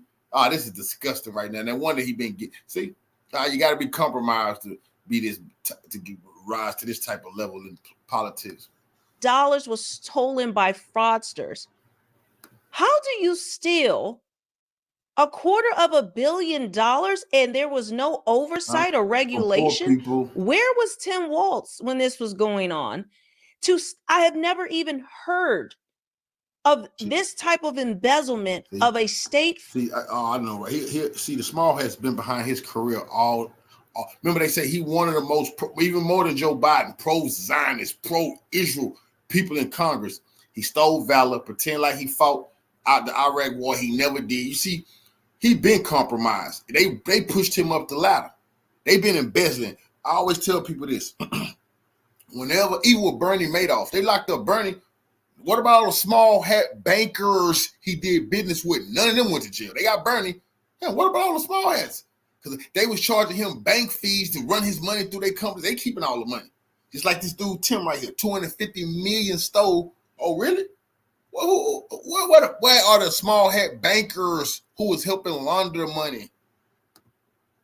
Fun ever in my life. This may be the most egregious one in history. It was stole by fraudsters. Bill Glenn, adjunct policy fellow with Minnesota-based Center of the American Experiment, told Fox News Digital of the scandal. The question, of course, came up: how did the State Department of Education let out $250 million out the door to people who were later convicted of defrauding the program? The legislative auditor took this on as one of her projects and did this report looking at how the department oversaw a single one of these nonprofits involved. Wow. If this is how Minnesota is run, there are a lot of questions that need to be answered, and this is what I feel like the media is not doing right now. They're just kind of in this high. Well, now they're not asking no questions, but it's too late now because Trump people will be all over this story. He will be asked this question now. Okay, cool. Okay, in his little state of Minnesota, they was able to launder $250 million. Damn. Wait, he couldn't wait to get to the White House. What? $250 million? Oh no, he want $2-3 billion to take from the pool. Of Harris and Walz, because it's not Trump, but they're not. Even CNN, even mainstream media is like, why is she not doing interviews? Why don't we have policy? I actually have some policy that is pretty outlandish that she has spoken about before and that she possibly is going to implement right now. So I'm going to give a report on that. It was actually quite frightening. But if you look at this, how is this man fit to be vice president? And he's allowed this to happen in his state unchecked. It says Glenn is referencing a report from the Minnesota Office of Legislative Auditor, which frequently releases state government oversight reports. The report about the fraud scheme in question, titled Minnesota Department of Education Oversight of Feeding Our Future, was released in June. In it, legislative auditor Judy Randall concludes that although MDE officials told OLA they quickly identified and stopped the fraud, OLA believes they could have done more to prevent $250 million in stolen funds. So you quickly stopped the fraud and they were able to get $250 million out? Where was this money going? Like, do you know how astronomical this is? The MDE officials told us the department began to have concerns about feeding our future only after the start of the COVID-19 pandemic. However, we think MDE failed to act on warning signs known to the department prior to the onset of the COVID-19 pandemic and prior to the start of the alleged fraud, the report states. It continues later on. More broadly, the failures we highlight in this report are symptoms of a department that was ill prepared to respond to the issues it encountered with feeding our future. Critics say this failure goes back to Walz's leadership as governor. The buck has to stop somewhere, as Gann put it. He is the chief executive of the state. All of the people at the Department of Education and the other departments where fraud has taken place were appointed by him, Glenn noted. So he appoints the commissioner, the deputy commissioner, assistant commissioners. They were all appointed by him. They all report to him. And these are the folks whom the legislative auditor had documented failed to do their job. So where does the buck stop? Wow. Glenn said Minnesota residents may be surprised that their state is not the well-oiled machine it once was. His response to the scandal, he said, is much more cynical. Wow. It's been uncovered that a lot of these people who were indicted and their spouses and immediate family members and business partners have given a lot of money to Democrats to campaign contributions. Glenn noted. So their campaign contributions, and then when these nonprofits were having trouble with Department of Education, the Department of Education shut off the money a couple of times and failed, or they didn't have the courage or convictions, and politicians went to bat for the nonprofits. Glenn added that the scheme highlights the notion that government is about beneficiaries and getting money out the door, not about policing and oversight and regulatory mindset and making sure that the people are eligible for such benefits programs. Fraud suspects spent the money on everything from residential property to vehicles, luxury goods, jewelry, cryptocurrency, hotels, restaurants, airplane tickets, and more. I still don't see how you spend $250 million. Something is not right. Have they traced where all the 250 has gone? Because it can't be just these things they're saying. Like, there has to be some higher up scheme. Like, there's no way they can run through that amount of money. Walt's office did not immediately respond to an inquiry from Fox News Digital, but in a statement to local news outlet, the Star Tribune, a spokesperson for the governor said, "We appreciate the OLA's work and often agree with them, which is why the state agencies have implemented many of their suggestions." What? Okay. What? Guys, I think we're going to have to follow this trial. It says here, crime on crime on crime, feeding our future trial update, juror bribery edition. Oh, man. So we're going to have to get on that case and see what's going on.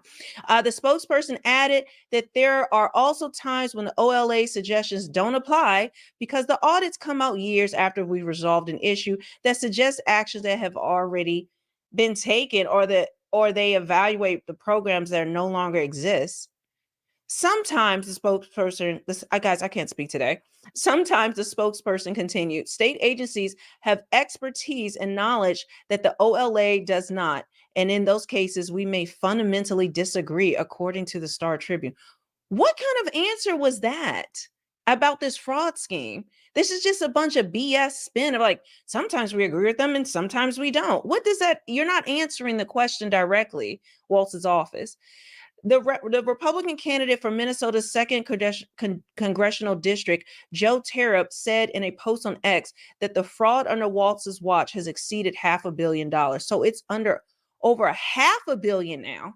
So not just 250 million, 500 million now. Governor Walz and the people he directly hired and oversaw lost $500 million to fraud in a few short years as governor. Imagine fraud at that scale nationwide. Terap said if every state lost that much, the amount lost to fraud would be greater than the annual budgets of over 15 states. Oh, okay. I got to follow these people. We've got to keep following this lead, guys. In a follow-up post responding to an ABC story on the fraud scandal, Terap said, it isn't just the feeding our future case. Over $500 million has been lost by his administration so far, with instances of waste and or fraud in child care programs, the frontline worker bonus pay program, unemployment benefits, Medicaid programs, and more.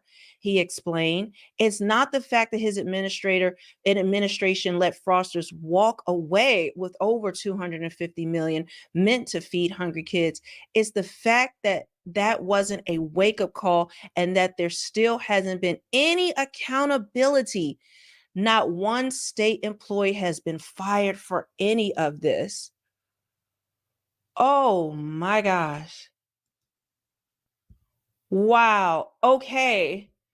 So there you have it, guys. Just the beginning of something that we are going to have to dig into, uncover. But this is the biggest case of corruption I've ever heard in a state before. Of $500 million, we know 250 for sure. And this guy is alleging 500 million, and this is a state representative. So this isn't just a nobody that's pulling this out of his behind. He is actually saying, like, listen, this is documented. I'm going to try to follow up with him and other people involved in this story so that we can unearth the truth. But this is egregious. This is egregious. They talk about how he, provided free lunch for kids in school and all of that. And those are nice top lines, but they left out all of these things that have been going on behind the scenes. It's shocking to me that Kamala Harris would pick him with this type of record in the state.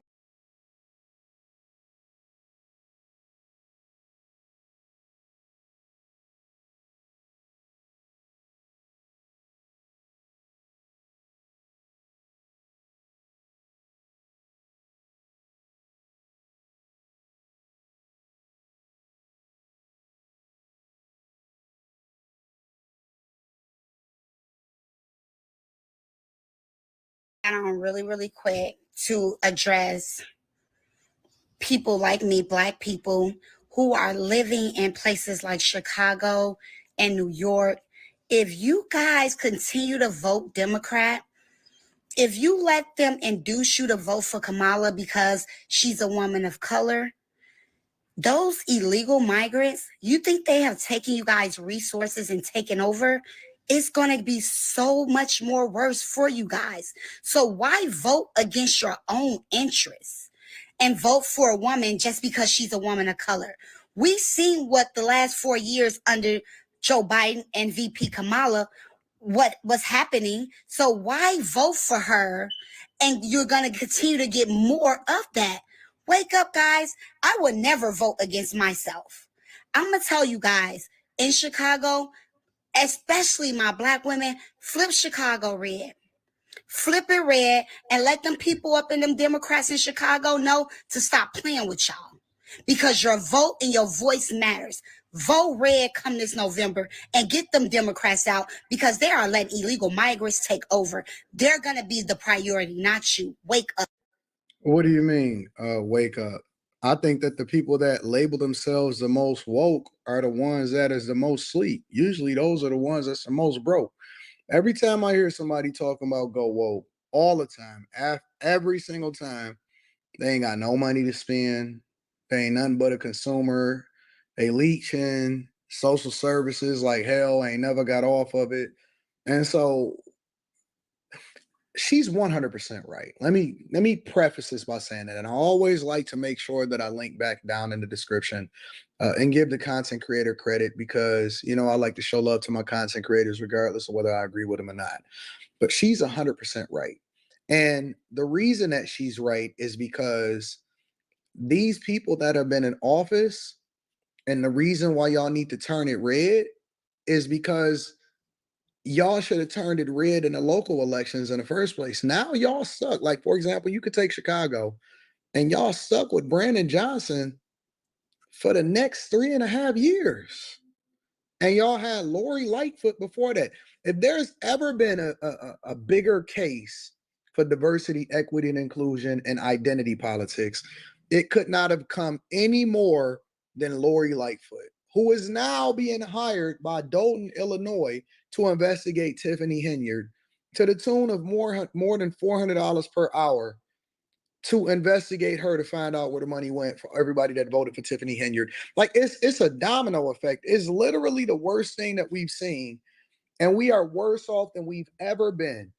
Black people in particular, Black communities, hoods, all across America is worse off almost than what we witnessed in the 80s, man.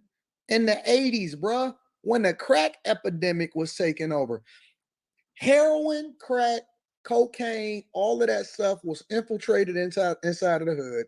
But that was very intentional as far as the CIA and your government agencies that played a role in ultimately funding the things that they wanted to fund at the behest of the people in the community. And it went from being a rich person's drug to cooking it up, and it turned into a thing, an epidemic that basically ravaged the Black community. And now we are worse off than even that when we talk about it from a financial perspective. Addiction is out of control, prescription medication, y'all can't even survive. You're getting laid off. It's a illusion that you are in the middle class, and that all that is that you're paying the majority of the taxes. If you get to the point to where you ever making six figures, it's statistically a fact that the people that are paying that make six figures are the ones that's over 50% of them are literally living paycheck to paycheck. Now, some of it is lifestyle, but in reality, most of it comes from the fact that you can't even afford to live in the places that you generate the majority of the income. Since the early 2000s, tech workers that was working out there in Silicon Valley, they was living in U-Hauls in order to save up enough money so that they can be able to buy a house, so they can pay an egregious amount of money in property taxes. And so you're still going to be renting regardless of even if you saved enough money in order to pay off your mortgage. Now, all of those people literally ran from California, and they're infiltrating Texas. And that's why Austin is California light. And so it's not just Chicago and New York. It's also Oakland, Denver, that was a sanctuary city. Andre Dickens was up there from Atlanta in order to sign a petition to make sure that they align with the Democratic Party and align with Biden as far as opening up the borders. And so now you've been replaced, because the reason why it's so easy for them to replace you is because they know that they already got your vote. So if you're going to vote blue by default, why would they sit here and ask you to mobilize behind them? Or why would they sit there and ask you what you want? Or why would they do anything for you? They trying to acquire new customers because you already loyal to the brand. It reminds me of Comcast, right? I remember back in the day that Comcast was the predominant high-speed internet provider in the Metro Detroit area, right?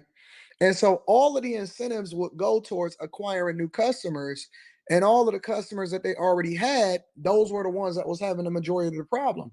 And so when I spoke with somebody that was within the organization that had a higher up position, what they told me was, well, Anton, listen, these people have a loyalty rate that's out of control because, first of all, we know what they already gonna do. So why would we spend time and money in order to make them happy when we know that they're not gonna go nowhere? We'd rather spend all of our resources on acquiring new customers. And so it's the same thing when it comes to how it is that they market it to y'all and how they taking over y'all cities and giving up all of y'all resources, and why you see places like New York cutting trash, cutting teacher salaries, or not teacher salaries, but cutting resources that's going into the school, and cutting budgets that they have going over to police officers that's supposed to keep y'all safe.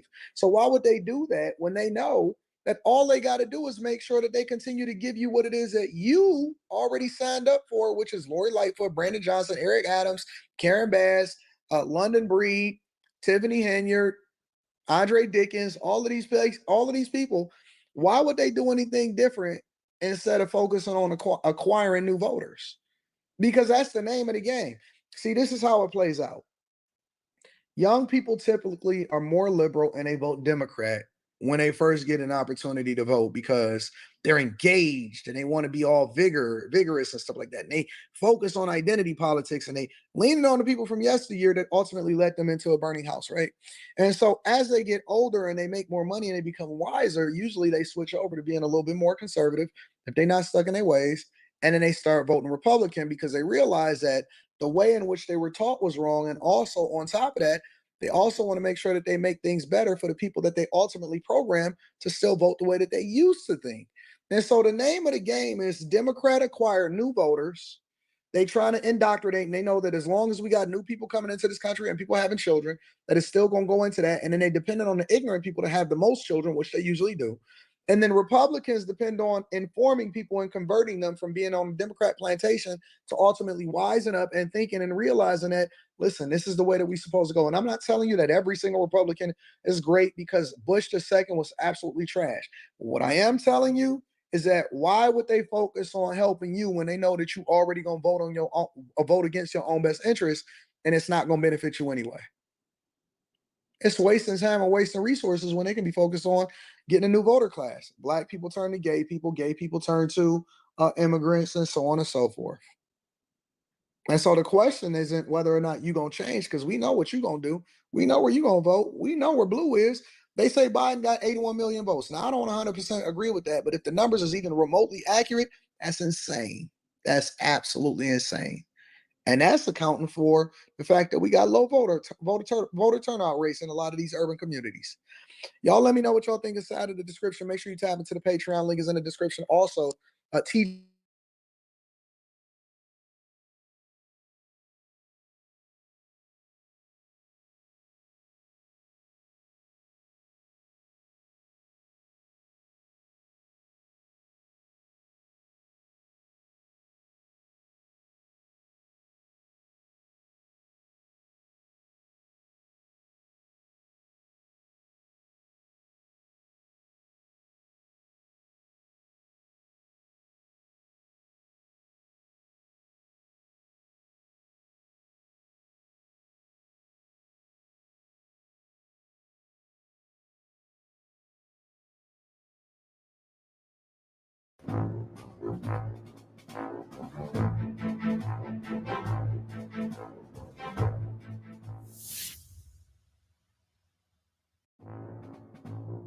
Here is daily life in Kursk region. The armored column and the people inside it faced the first documented heavy resistance, marking the worst day for the armed forces of Ukraine. Footage released by Russian source on Telegram on August 13, 2024, shows an Ukrainian armored convoy consisting of 7 BTR-4E armored personnel carrier, a pickup truck, and AM-113 armored personnel carrier, trying to go to the Belovsky district with the pretext and purpose of launching a new attack on the village of Girii. But it seems that Ukraine is burning its reserves for this instead of strengthening the troops in Donbass, which are also being pushed hard by the Russian armed forces.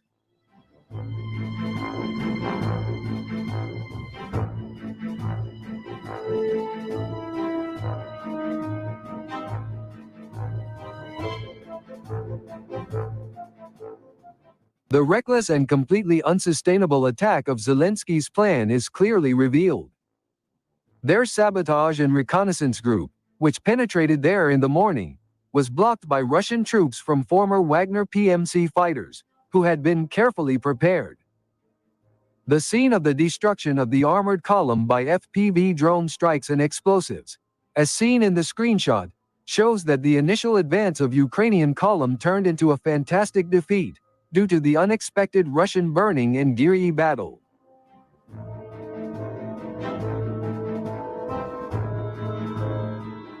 A BTR-4E was met by a powerful Russian BTR-82A, and a rare close-range counterattack with 30mm guns.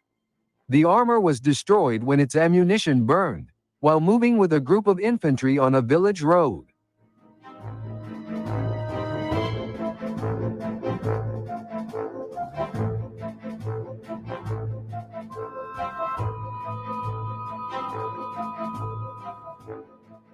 The Giri attack is the biggest Ukrainian loss. This is only from one battle, where almost all BTR-4E were burned. One American M113 and pickup truck also destroyed.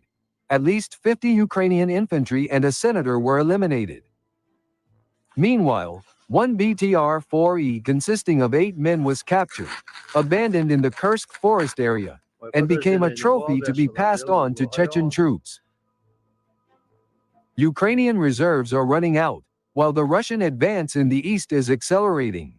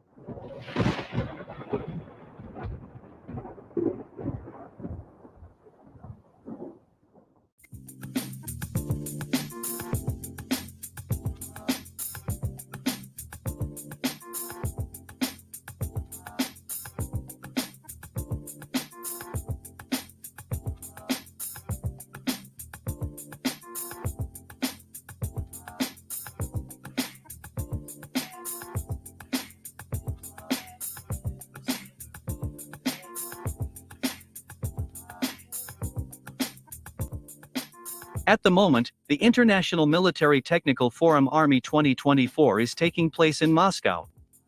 And judging by the comments of foreign journalists, this forum can already be considered one of the most successful in recent years.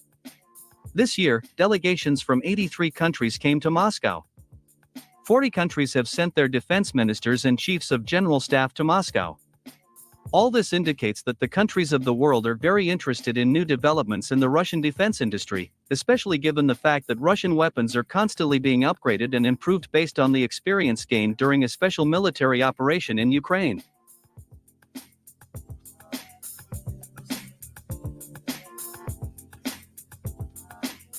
By the way, the Ministry of Defense of the Russian Federation officially announced that the Russian military-industrial complex presented at the exhibition only updated pieces of weaponry that are currently used in the zone of a special military operation. Thus, the Russian military department once again stressed that Russian weapons look impressive and effective not only in the exposition of international forums, but also in real combat conditions. By the way, at the International Military Technical Forum Army 2024, representatives of foreign countries were presented not only the novelties of the Russian military-industrial complex, but also the captured equipment of the NATO countries, including the United States. Thus, the Russian Ministry of Defense has once again humiliated the West, demonstrating to the world that in real combat conditions, Western weapons are much inferior to Russian models. And judging by the large number of high-ranking foreign guests in Moscow, many countries of the world also understand and realize this perfectly well.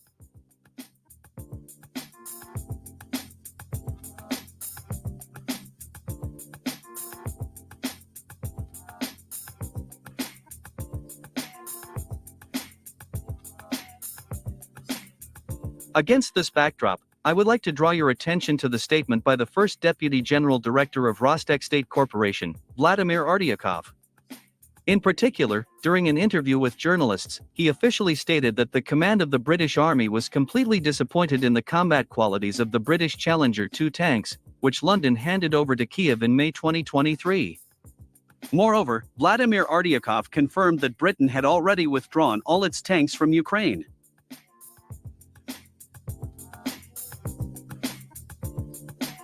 Vladimir Artyakov noted that the conflict in Ukraine showed the whole world the uselessness of British tanks. According to him, American Abrams tanks and German Leopard tanks proved to be much more effective than British combat vehicles.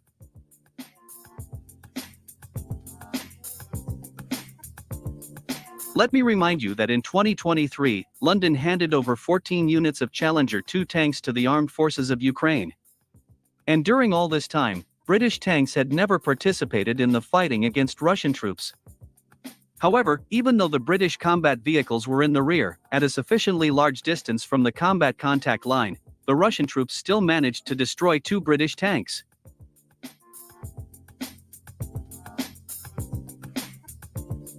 The Ukrainian tankers also did not hide their dissatisfaction with the British tanks, calling them too clumsy and heavy for the Ukrainian soil.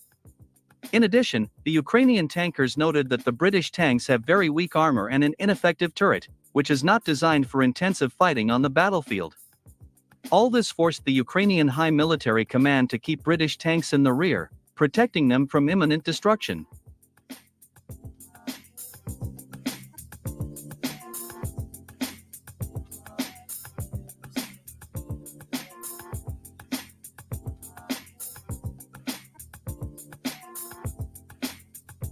Meanwhile, the commander of the Spetsnaz Akhmat, General Avdiy Alatonov, made another official statement regarding the situation in the Kursk region. According to him, the uncontrolled movement of the armed forces of Ukraine in the Kursk region has been completely stopped, and positional battles are now underway. At the same time, General Avdiy Alatonov noted that the armed forces of Ukraine continue to suffer heavy losses in manpower and equipment. The Ministry of Defense of the Russian Federation also officially announced the heavy losses of the armed forces of Ukraine in the Kursk region. According to the Russian military department, as of August 13, 2024, after the armed forces of Ukraine invaded the Kursk region, the Ukrainian armed forces lost 2,030 soldiers and 200 units of military equipment, including 35 tanks. Thus, the losses of the Ukrainian army in the Kursk region have already exceeded the figures of losses of the armed forces of Ukraine during the summer counteroffensive in 2023.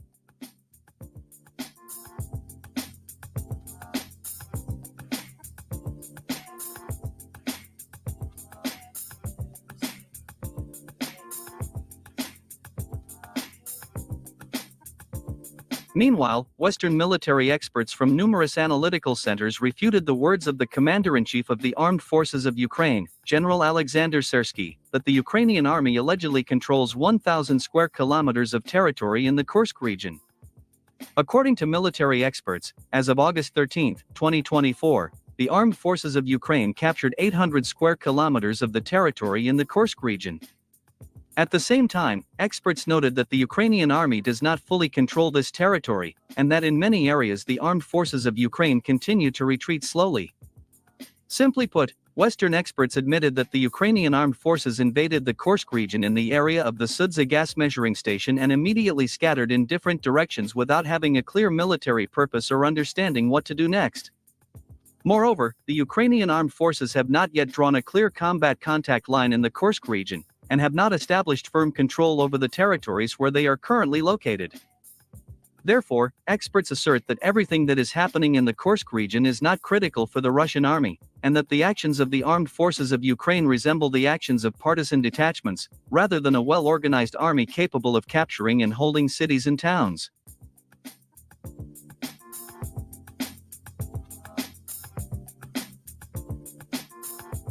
In addition, military experts and analysts noted that after the armed forces of Ukraine invaded the Kursk region, the Russian army began to move rapidly forward in almost all directions of the front.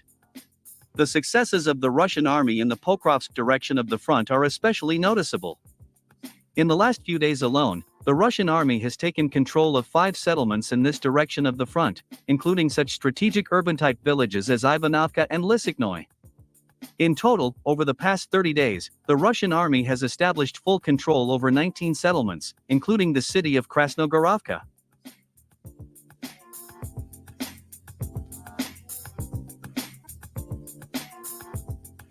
Thus, it can be stated that the invasion of the Kursk region gave the Kiev regime only an informational and propaganda effect. From a military point of view, the invasion of the Kursk region significantly weakened the position of the armed forces of Ukraine in the Donbass.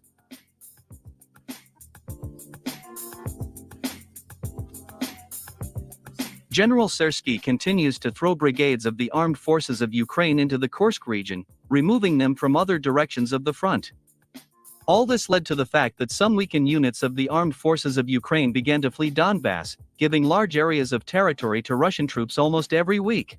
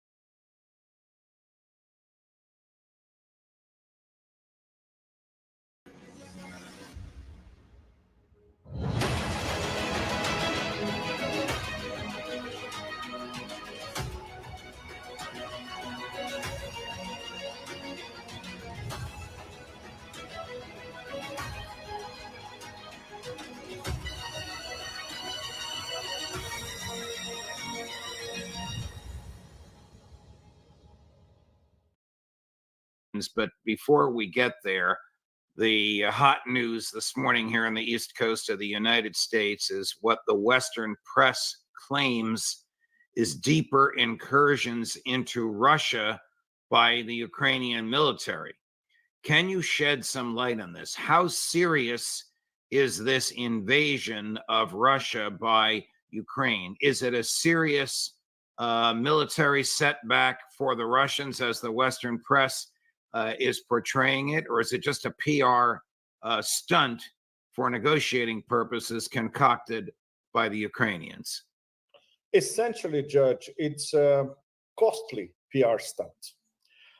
In the beginning, the public opinion in Russia, in Telegram channels, military channels, public opinion in general, people were stunned, of course. There was a lot of alarm. A lot of people were saying, no, now they are invading us, and Russia did absolutely nothing. The Minister of Defense did absolutely nothing. Well, it was very easy to invade that part of the border because the border is protected basically by guards, by police, by Guardia, Russia, and local police. So it's very easy to cross. Obviously, the Russians knew that this would happen. They have the best electronic surveillance system anywhere. So it took us a while to understand where this was going. And after, 6 days or so, they let it happen. The chess master. They knew that troops were being diverted from Donbass to that border to cross all the way to the Kursk nuclear power station. They let it happen. And of course, there was a tremendous loss of face involved in all that. But this was the price that had to be paid. That's a fact. For organizing a trap for the Ukrainians. And after 6 days, it's absolutely clear that this is a trap. And the commanders at the front, the best commanders, were annihilated in a matter of a day or two. The Russians started to attack the rear. And now everybody that is in the middle is being more or less encircled, and they will be dealt in a counter-terrorist operation mode. That is, take no prisoners. So is it fair to say that But they already, as of a few hours ago, they already start abandoning a bunch of the positions and running for their life. The news is still lying. I can't wait for them to have to tell the truth about what went on here. But they're going to try to keep the hype going for a couple of days. The Kyiv invaders are now surrounded by Russian troops? Essentially, this is according to the best information from military correspondents on the ground. The Russian Minister of Defense is a much more complicated situation because there is, let's call it what it is. There is military censorship. Certain issues are considered state secrets. They are not available to independent observers, or not even to military correspondents. And they are slow. They're usually very, very slow compared to what's happening on the ground. But after a few days and after people start to put together the pieces of the puzzle in terms of what kind of brigades were advancing, how many, etc. Okay, it is serious in a sense because they advanced roughly 12 kilometers inside Kursk and 40 kilometers wide. But it's a relatively small area. It's nothing. It's smaller than the city of Lisbon, just to give an idea to all of you. Did this damage President Putin politically? Yes, it does, in a sense that the Minister of Defense was caught napping. Let's go straight to the point. How deep the problem is, how much aligned it is with corruption inside a few silos inside the Ministry of Defense, nobody knows for the moment. But I'm sure there's going to be an extra purge after the situation is settled, let's say in the next few weeks or so. This is very complicated because the Minister of Defense was totally focused on the way the 1,000-kilometer long front line in Donbass is collapsing. And they were not paying attention to Sumy, Kursk, these regions. And the Ukrainians, of course, knew it. And let's say, as a sort of desperate gamble, okay, let's go where it's not police and the Russians are not paying attention. So if this was better organized, it could have been a major, major upset. But it was not. Even though they sacrificed some of their best commanders and brigades for this mini invasion, let's put it this way. Is there pressure on President Putin from those to the right of him, the more pronounced nationalists, to respond with a very heavy fist? Yes, there is. And the very heavy fist is that the whole region now is part of it's directly involved and subject to a counter-terrorist operation. Thus, the take no prisoners subtext. Right. They're going to kill everybody in sight, especially because Ukrainian prisoners of war, the past 2 days, especially, they were saying that they had orders to kill or at least shoot civilian in their legs. So this was an anti-Russian civilian operation, and this has enraged Russian public opinion like there's no tomorrow. So everyone expects really a hardcore take no prisoners up, let's say to let's have an ending in the next 10 days or so max. Wow. Here's President Putin late last week. No, I'm sorry. Here's President Putin yesterday on forget it. After this, no more peace talks. Cut number 7. It seems obvious right now why the Kyiv regime refused our proposals to go back to a peaceful resolution. Also why they denied any peaceful intermediaries from engaging in this conversation. The Ukrainian government is following the will of the West and its masters in the West. It's the West that's fighting us using the hands of the Ukrainians. They're trying to improve their negotiating positions in the future. But what negotiations could we even talk about with people who are attacking civilians, civilian infrastructure, or trying to create threats for nuclear industry facilities? What is there to even talk about with them? Oh, well, he's right, Pepe. Talking about what are we going to talk about with people that are trying to kill our civilians, destroy our civilian infrastructure, and threaten our nuclear industry facilities? Did, in your opinion, President Zelensky have the fanciful idea that he could take part of Russia and trade it in negotiations for the parts of Ukraine that are now Russian occupied? Absolutely, and the people at the SBU, the same, absolutely the same thing. If we had a headline for the clip that you just showed, Judge, basically that would be the headline: Putin declares Ukraine a terrorist state. This is essentially what he did in this, and so now theoretically, gloves are really off, and this is matching public sentiment, in fact, because this is an invasion of a sovereign part of the Russian Federation, with civilians killed, civilians encircled, taken prisoners, killed, etc. So it's crazy because we have practically a new red line being infringed week after week by Ukraine, and the way that Putin and the Security Council and the Minister of Defense chose to fight this special military operation does not apply anymore, because now the West and NATO Plan B is to turn this into a war of terror. I wrote about that last week, basically saying that the forever wars are turning into wars of terror in Gaza and in Ukraine. So now there's no sense in, it has to be gloves off, especially because Russia has a window from now to, let's say, the next 3 months to collapse completely the front line, the 1,000-kilometer long front line in Donbass. They have a real chance of that happening.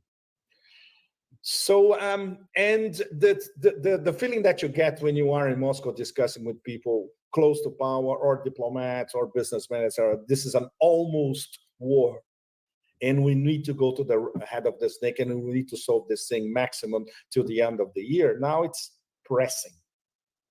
And so, that if we have a smoking gun proving that Russian intelligence and electronic surveillance knew about this Ukrainian move in Kursk and let it happen because they knew that the threat would be perfect and it would accelerate later on the collapse of the front, then this would be, I would say, a military masterpiece. We still don't know that. Okay. Switching gears, what is the Beijing Declaration? What has China been doing diplomatically to help the Palestinians? And why don't we know about this in the West? Exactly, because it was not reported, especially in the US, it was not reported at all, right, Judge? This was very, very important. It was in late July. This was a reception of 14 Palestinian factions, all of them. The ones that people know, Hamas, Front of Liberation of Palestine, etc., Islamic Jihad, etc., all of them invited to Beijing, meeting in person with Wang Yi, Minister of Foreign Relations, and with Xi Jinping, and signing formally a Beijing Declaration where they commit to fight for a unified Palestine and then a unified sovereign Palestinian state, meaning essentially, okay, forget about all those internal squabbles, especially between Fatah and Hamas, work together for the benefit of Palestine as a whole. And this was signed with the imprimatur of China, with the personal guarantee of President Xi Jinping. And that's what makes the assassination of Haniyeh only a few days later in Tehran as a diplomatic guest of the Iranians so serious, because the Chinese interpret it as loss of face for China and a major slap on the face by Israel on China. People who understand how Asia works and how the notion of respect and loss of face in every aspect, especially diplomatically, is taken so seriously. In the West, people have no idea how much of an affront is that. And that explains, for instance, a phone call yesterday, this Monday, Ali Bagheri Kani, the current, let's say, the caretaker Iranian foreign minister, and Wang Yi. On the phone, Bagheri Kani called Wang Yi, and Wang Yi said, look, China is totally behind you, totally behind Palestine, and totally behind Iranian sovereignty. What does that mean? Translation, that whatever Iran does in terms of the response to the Israeli provocations, including the assassination of Haniyeh, China have Iran's back. This is enormous. And it's no wonder that there's what does that mean practically? Does it mean public relations? Does it mean Chinese military assistance? Does it mean Chinese troops? No, it does not, Judge. It means total diplomatic support, total geopolitical support. But the ones who are doing the heavy lifting in terms of military support are the Russians. Why? Because this is part of the Russia-China strategic partnership, comprehensive at all levels, including military and including something very, very important, the strategic partnership that both of these BRICS have with Iran. So we have a series of interlocking strategic partnerships: Iran, Russia, Iran, China, China, Iran. So helping Iran diplomatically and geopolitically is China's modus operandi in this particular Palestine-involved setup.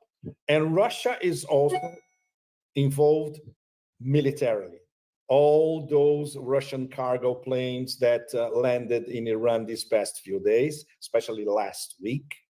And the fact that most certainly, we don't have a smoking gun yet, but it's almost certain that the Murmansk system of jamming electronic, NATO's electronic and Israeli electronic setup all across the spectrum to the 5,000 kilometer range was delivered by the Russians to Iran.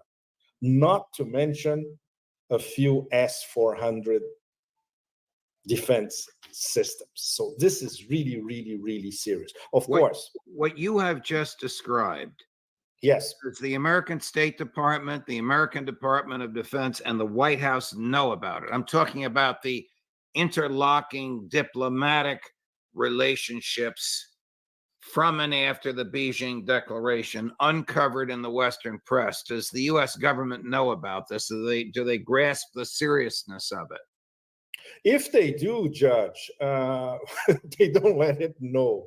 So there are two possibilities. Either they know vaguely about it and dismiss it, which is something that you can understand from the point of view of American exceptionalism and considering the other and the others as lowlives, essentially.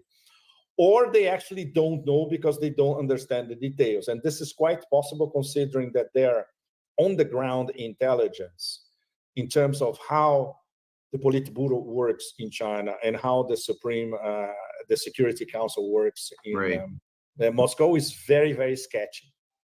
The hard right members of Prime Minister Netanyahu's government are still calling for the obliteration of Gaza. Finance Minister Smotrich said just last week, we should be able to starve the 2 million of them to death. I'm not sure the world would allow it, but we should be able to do it. If this genocidal, maniacal attitude gets any worse, what will the Chinese do about it? They will be forced to do something, let's say, one step beyond mere diplomatic and geopolitical support. Because we can read what's happening in West Asia as a segment of the war against the BRICS. 3 of the major BRICS are directly involved: Iran, Russia, and China. China with diplomatic geopolitical support, Russia even with military support to Iran, the interlocking strategic partnerships, and Iran at the vanguard of the axis of resistance. So the response to the assassination of Haniyeh will be led, and not exactly led from behind by Iran, but it will include Hezbollah. It will include Hashd al-Shabi from Iraq. It will include the Ansar Allah Houthis. So it's an axis. And Iran is more or less, let's say, the organizer of this axis. This all goes back to General Soleimani. And no wonder General Soleimani was assassinated. Because the people with the brain in the Pentagon, they knew how crucial he was to organize all that. Everything that is happening in front of us now. Will Beijing be supplying military hardware to Tehran? We don't think so, at least at the moment, at this stage, because Russia is doing it. And the Iranians don't ask. The Iranians are very proud of all their accomplishments. For instance, if you look at what the Iranians are presenting this week at the army show in Russia, wow, they have their latest drone stuff that nobody else has, for instance, missile defense and all that. The Iranians have everything it takes. What they don't have, there are 2 things. The latest hypersonic missiles that the Russians have and the Iranians are still perfecting, and a system like the Murmansk, which is a mega jamming device. And if they got this, which is practically certain that they got through these shipments these past few days, that's all they need. Everything else they produce internally, which is quite impressive. When you compare also to North Korea, everything that North Koreans have, they produce internally. I want to take a step back from the granular conversation we've just been having and ask you to share your thoughts comparing and contrasting the Chinese diplomacy and interlocking relationships and alliances with the American Congress's rapturous embrace of Prime Minister Netanyahu calling for more genocide? Well, it's the perspective of the day after or maximum next week, with the perspective of a civilization state with 5,000 years of diplomacy behind them. And the fact that they see what do these forever wars mean? Who are the targets? For a long time, the targets were Islam, the lands of Islam, and even Islam itself. And for the past 2.5 years, the main target is Russia. And the next target will be them, China. They read American internal politics very, very well. Not only the Politburo, but the main Chinese think tanks, at the main universities or the Chinese Academy of Social Sciences. They have America and America's specialists at the highest level. And many of them spent a long time in the US and in the West, and they understand the West very, very well. And they understand the logic of the forever wars, in fact. So they are thinking ahead, just like they do 5-year plans in sequence. For instance, only a few days ago, they were planning everything until 2035. they have to plan the next stages of these forever wars, which will include them directly. Not only South China Sea, not only provocations using Taiwan, but provocations with the Chinese neighbors. And another example, which was just happened. What just happened in Bangladesh, which was a color revolution, where the two main targets of this color revolution are India and China at the same time, two BRICS again. So they understand that this is a war. The forever wars now are forever wars against the BRICS, especially, and the most important BRICS. The most important BRICS are four BRICS: Russia, China, India, and Iran. And the Chinese understand that. And the main problem for the BRICS is that inside BRICS and inside the SCO, they need, let's say, a concerted position and a concerted diplomacy and geopolitical and geoeconomic offensive, well integrated among that. And that includes these strategic partnerships. They know who they are up against. They know the crisis in the US and in the West as a whole. They know about the pyramid of derivatives. They know about all that. But the difference is the Russians are on the front line because there is a hot war on their Western borders. And for the Chinese, the war is still very, very far away. But why they are understanding the Russian position for these past 2.5 years, and why do they understand the Palestinian position to the point of bringing all the Palestinians to Beijing and say, we are behind you. Unite, and we are behind you.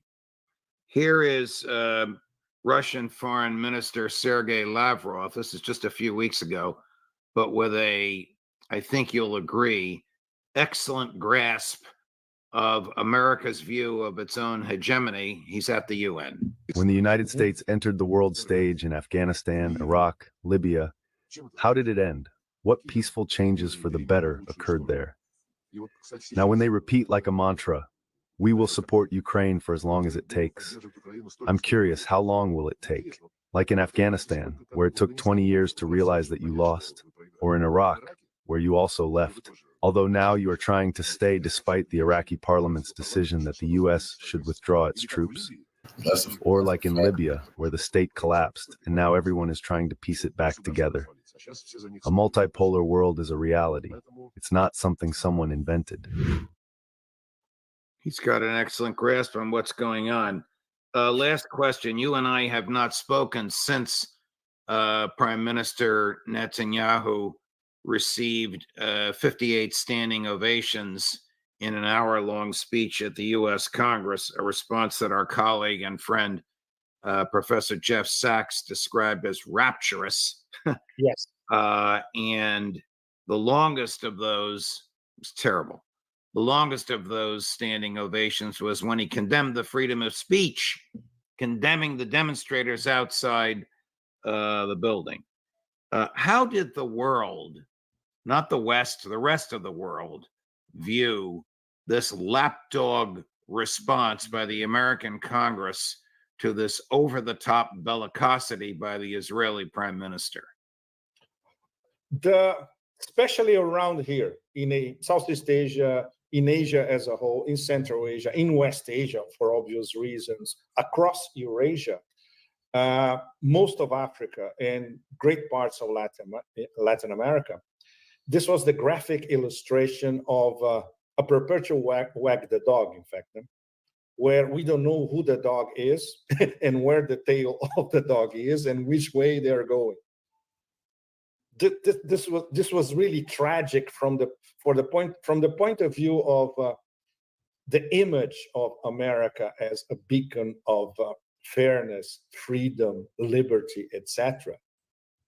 It just takes one situation like this. It just takes 58 standing ovations to destroy your record, practically forever. In fact, I think the US will never recover from what happened.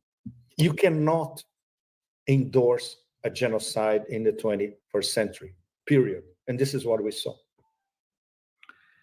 My dear friend, Pepe Escobar, thank you very much. What a pleasure. Enormous I almost pleasure. forgot how much I missed you.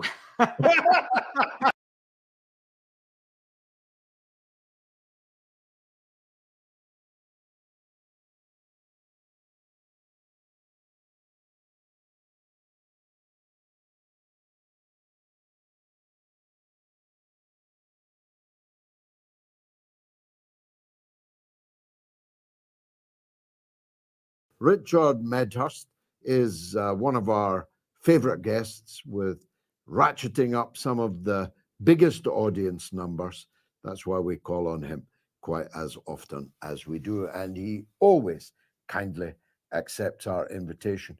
Richard, you are renowned principally as a journalist concerned with the Middle East, and heaven knows there's enough to be busy with there, but you also have a global perspective. And so I kind of teed up before the break. Are you, like me and like one or two of the correspondents on the show so far, surprised that Zelensky was able to invade Russia? And how do you think that's going to end? Hi, George. Thanks for having me on, and appreciate the kind words. I mean, it is smart in the sense that, they took the Russians by surprise. The element of surprise is always the number one asset that you can have in any war. Nevertheless, the problem is not getting into Russia. The problem is holding ground and then getting out. I think, as a matter of fact, Zelensky kind of proved Putin's point and the Russians' point, because we should again highlight this is not a Putin position. This is a Russian position. When you're the largest country in the world and you've got almost a dozen time zones, not quite, but almost, you're basically vulnerable in a sense. It's simply physically, logistically impossible to guard every single mile or centimeter or inch of the border. And so, they got in, and we're talking about a few thousand troops here. This is, just preliminary information from both sides. But it does explain why the Russians were worried about having Ukraine in NATO, because you have then essentially open season. They can just, carry out incursions and raids and beyond anytime they like. And so I think he's not going to achieve anything by this strategically. It's just a kind of stunt to garner support for a losing war. And I can, if you'd like me to, I can go into much more detail about what, the defenses the Russians built. But, the point is that, in my opinion, I think the Ukrainians lost the war already about a year and a half ago. This spring counteroffensive they talked about never came. So ever since then, they've just, the front line simply hasn't moved, certainly not in Ukraine's favor. And so, this is it's just a publicity stunt to try and get some more dollars before, the next US president comes in. It must be damaging, though, to the amour propre of the Russians, to their dignity, to be invaded in this way, albeit by a force only a few thousand strong. Is likely to harden resolve in Moscow, in the Kremlin, in the armed forces, is it not? Yeah, absolutely. It's not lost on me, the historical connotation of, not just European, but specifically German armored vehicles, barging into Russia. And, particularly in Kursk, I mean, we're talking about the largest tank battle in World War II history. This is one of the most significant battles in that war. I think a lot of people, we focus, in England, we tend to focus on D-Day a lot, and we don't give the Russians any credit for what they did at Stalingrad, or namely at Kursk. And so, you have also some German, Germans in the media talking about how proud they are that their machinery and their armored vehicles are bursting into Russia. I mean, do they not understand what they're saying? They're basically glorifying what the Nazis did when they killed 27 million Russians. And I'll just remind the viewers that 80% of all German casualties in World War II were inflicted by the Russians, not by the Americans or Britain. So, they did play a significant part in that war, and they also lost more people than anybody else, both soldiers and civilians. So it is a very, very disturbing sight to have German weaponry, and especially tanks, coming into Russia proper. And I have no doubt it's going to do everything to increase their resolve in Moscow. And as a matter of fact, it also raises the stakes of a potential nuclear war. So, the consequences of that are unimaginable. Well, they did fire rockets at the Kursk nuclear power plant. If the Russians hadn't shot them down, we may have been looking at Chernobyl times 10. Yeah, Yeah, exactly. And I find this so ironic because for years, I mean, they've been, and quite rightfully, again, I'm not negating the importance of this, but you know, the IAEA in Vienna and other international organizations have been accusing the Russians of, you know, trying to weaponize the Zaporizhia nuclear plant and calling for, you know, calm and restraint and for nobody to fire around that area, which is fine. I understand that. Obviously, this goes without saying. But now that, you know, Ukraine is openly firing at you know, the nuclear facility, the nuclear plant in the Kursk region, I mean, you can't possibly come here and say that it was the Russians who did that and it's a false flag or something. It's obviously the Ukrainians. So there's nowhere near the amount, you know, the same amount of criticism or warnings or, you know, harsh rhetoric. It's just simply a given that, you know, it's all right to do it inside of Russia. I mean, you know, the Russian nuclear doctrine is that if there's a threat to the leadership in Moscow or there's an existential threat posed to Russia, they can launch nuclear weapons. I mean, I wouldn't be surprised if most countries with nuclear weapons, you know, I'd be surprised if most countries with nuclear weapons had different rules. So what you're doing is essentially you're daring the Russians. You're testing, you know, a red line that simply never should be tested, because if once you cross that threshold, we're all doomed. I mean, I shouldn't have to explain mutually assured destruction, but unfortunately, in 2024, we do. We do, and that's one of the great mysteries. I never expected to get any more surprises in my life, Richard. I thought I'd seen it all, but you do. I was in a conversation last night with a person who should know what he was talking about, and he made the point that if these missiles had penetrated the Kursk nuclear power plant, the outcome would have been the virtually identical impact of the explosion of a nuclear bomb. Yeah, and I'd also like to highlight something that kind of illustrates this recklessness, because it's not just coming from Ukraine and NATO, it's also coming from the Israelis. When they bombed Damascus about 2 years ago, Syria fired a surface-to-air missile at one of the Israeli jets, and it managed to chase it for several hundreds of kilometers, and it landed about 20 kilometers near Dimona, which is the Israelis' main nuclear facility where they have nuclear weapons and a plant. So, you know, they almost caused a disaster for the whole region and potentially the whole world.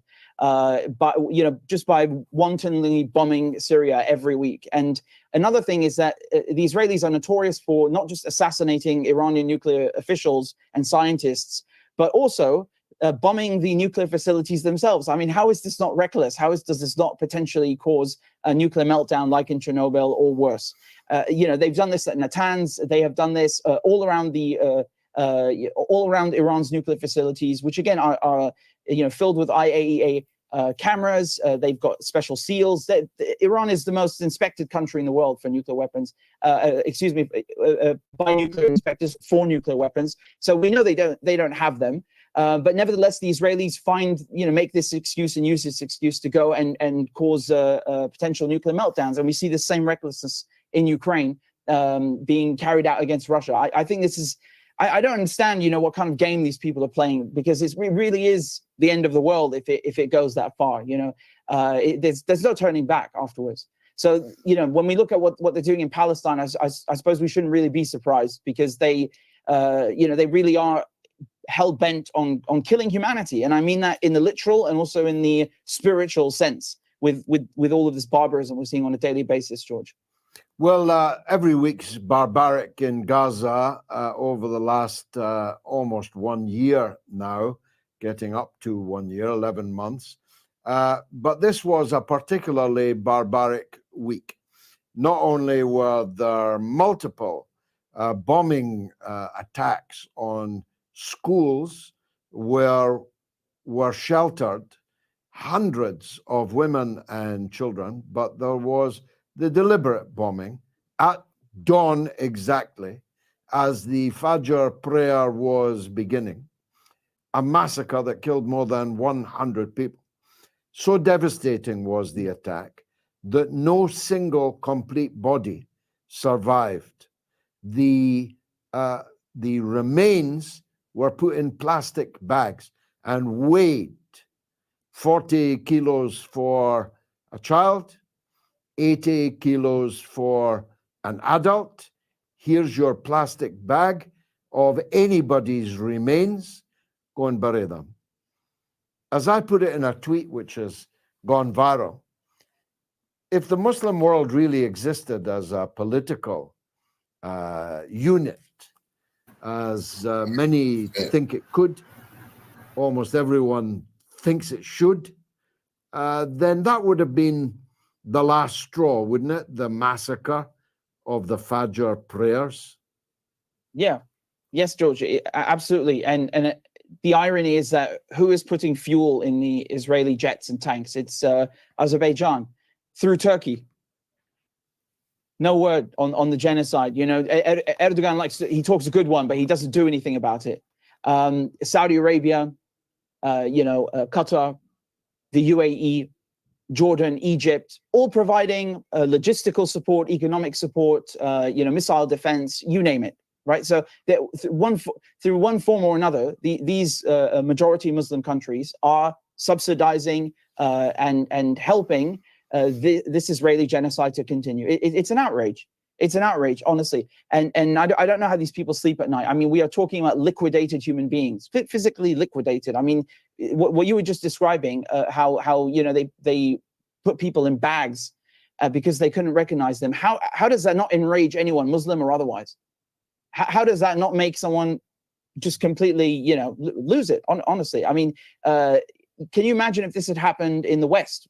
What the reaction would be? I mean, probably kill millions of people in response. And then just say, well, too bad.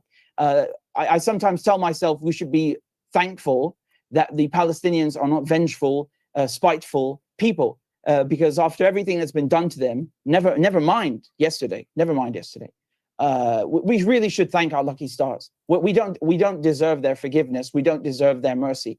The fact that this is just continuing, you mentioned the number of schools that have been bombed, 8 schools in the span of a week. And this argument that, well, there were Hamas people inside, I don't care. I mean, this is like saying, we can bomb a school in London because there are people of the Labour Party inside of the school. What does that mean?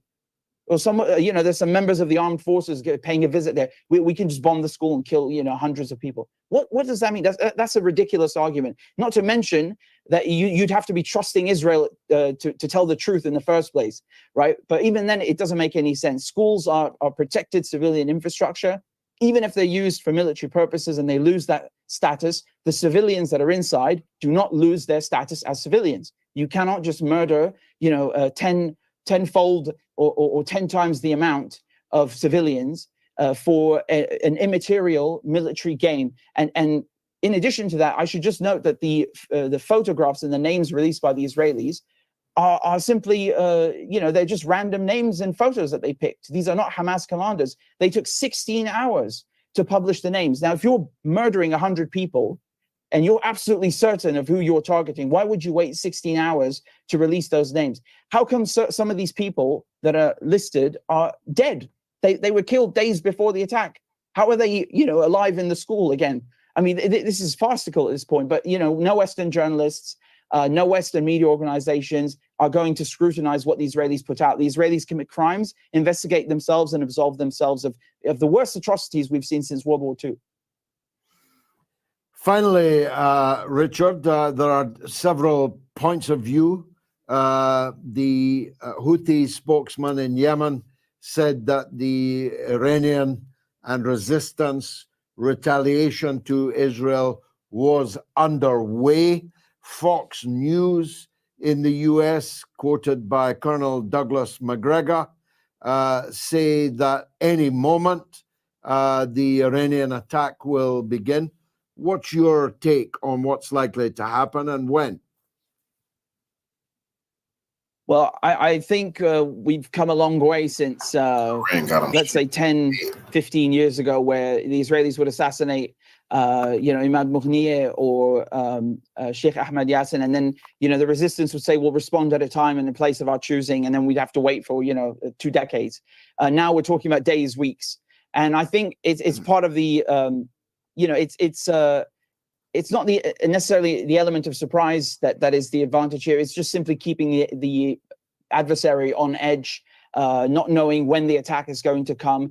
It does absolutely take a toll on morale amongst the troops, and of course the commanders constantly have to update logistics, move things around in preparation. It really does wreak havoc on an enemy that is expecting an invasion or an assault or a retaliation. So I think you could argue on the one hand that waiting does serve one advantage psychologically and also in terms of wasting the adversary's resources. At the same time, the longer that the resistance don't respond, the higher the probability is that the Israelis will feel more emboldened to bomb Beirut and Tehran again. Because we should underscore the fact that these were not just assassinations; they were messages being sent to two parties. So when they killed Haniyeh, they were sending a message to both Hamas and, of course, to Iran by doing it inside of their capital. And the same thing when it comes to, for example, in January when they killed one of Hamas leaders inside of Beirut and the Iranian embassy inside of Damascus. It's a double message, and it shows you they're hell bent on escalation. And so my point is just that the longer they don't respond, the more emboldened the Israelis will feel.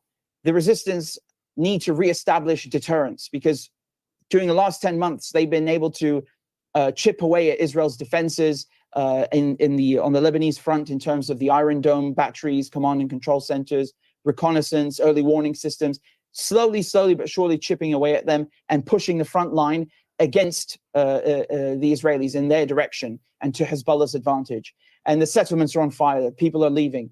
Yemen doing the same thing, besieging the Israeli-occupied port of Eilat. So that if things remain that way, it's like you're using a salami tactic or slowly boiling a frog. It is advantageous, but if you don't reestablish deterrence, you're going to end up in a situation where you lose the upper hand, and then the Israelis feel even more emboldened than they already are with butchering people in Gaza, and then there's nothing left standing between the complete eradication and extermination of Palestinians and the civilized world. The resistance will lose, so they have to reestablish deterrence.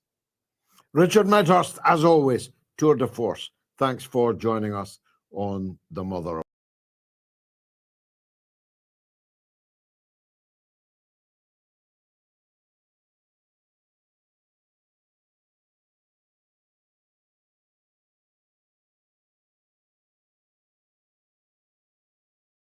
Ukraine has been launching a literal invasion into Russia for now, what will be likely over a week once you all watch this video.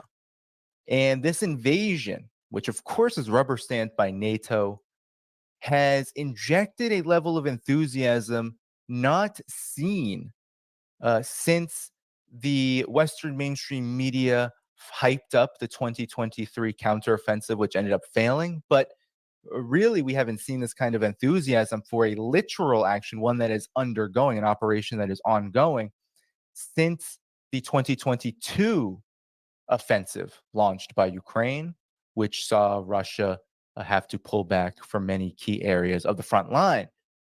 And of course, now we know that this was part of Russia's overall strategy, but then it was seen as a major loss from Russia. But this invasion by Ukraine is into the Kursk region, okay, which is across the Ukrainian-Russian border, right, about parallel with a Ukrainian territory called Sumy. And it is said that Ukraine had been making, beginning at the end of the first week of August, when they launched this operation, over a dozen kilometers of progress into this region. And there was also reports that missiles, Ukraine was launching NATO sorties at the Kursk power plant, nuclear power plant, which Russia struck down. But if it would have hit, we would have had something much bigger than Chernobyl on our hands. That's how dangerous this has all gotten. But according to the Western mainstream media, this is a time to celebrate. And here is what The Guardian has to say about it. Ukraine aims to destabilize Russia with thousands of troops in Kursk incursion. Official says Kiev is seeking to stretch the enemy and that Western partners have been indirectly involved. Well, of course, there is nothing that Ukraine does without the collective West, in particular, the United States. So, thousands of Ukrainian troops are taking part in an incursion aiming to destabilize Russia by showing up the country's weaknesses, a top official from Ukraine has said as the assault enters the 6th day. So this was the 6th day as of, I believe, this was written August 11th. So it began technically August 5th.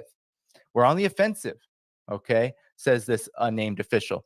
The aim is to stretch the positions of the enemy, to inflict maximum losses, and to destabilize the situation in Russia as they are unable to protect their own border.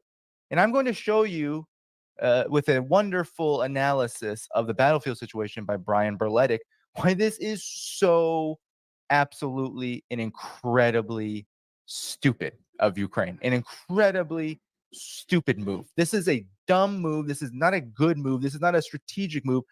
Now, Russia was caught off guard, and a lot of people who believe in Russia's position say, well, they got here. They got. Not so fast, and we're gonna talk to you about why. So Russia's army has said about 1,000 Ukrainian troops were deployed in the cross-border incursion that began on Tuesday, August 5th, and appeared to catch the Kremlin off guard, allowing Ukrainian forces to penetrate Russia's defensive lines. According to the official, it's a lot more than the 1,000 troop figure, okay, that Russia was saying, that it's thousands. So this operation, this is the this is the enthusiasm, right?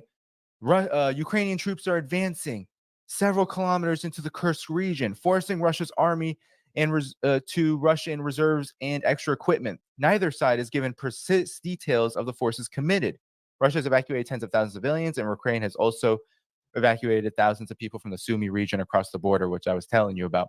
The operation has greatly raised our morale, says the Ukrainian official, of the army, the state, and society. It has shown we can go on the offensive and move forward. It seems the Russians have problems with coordination, preparedness, and action.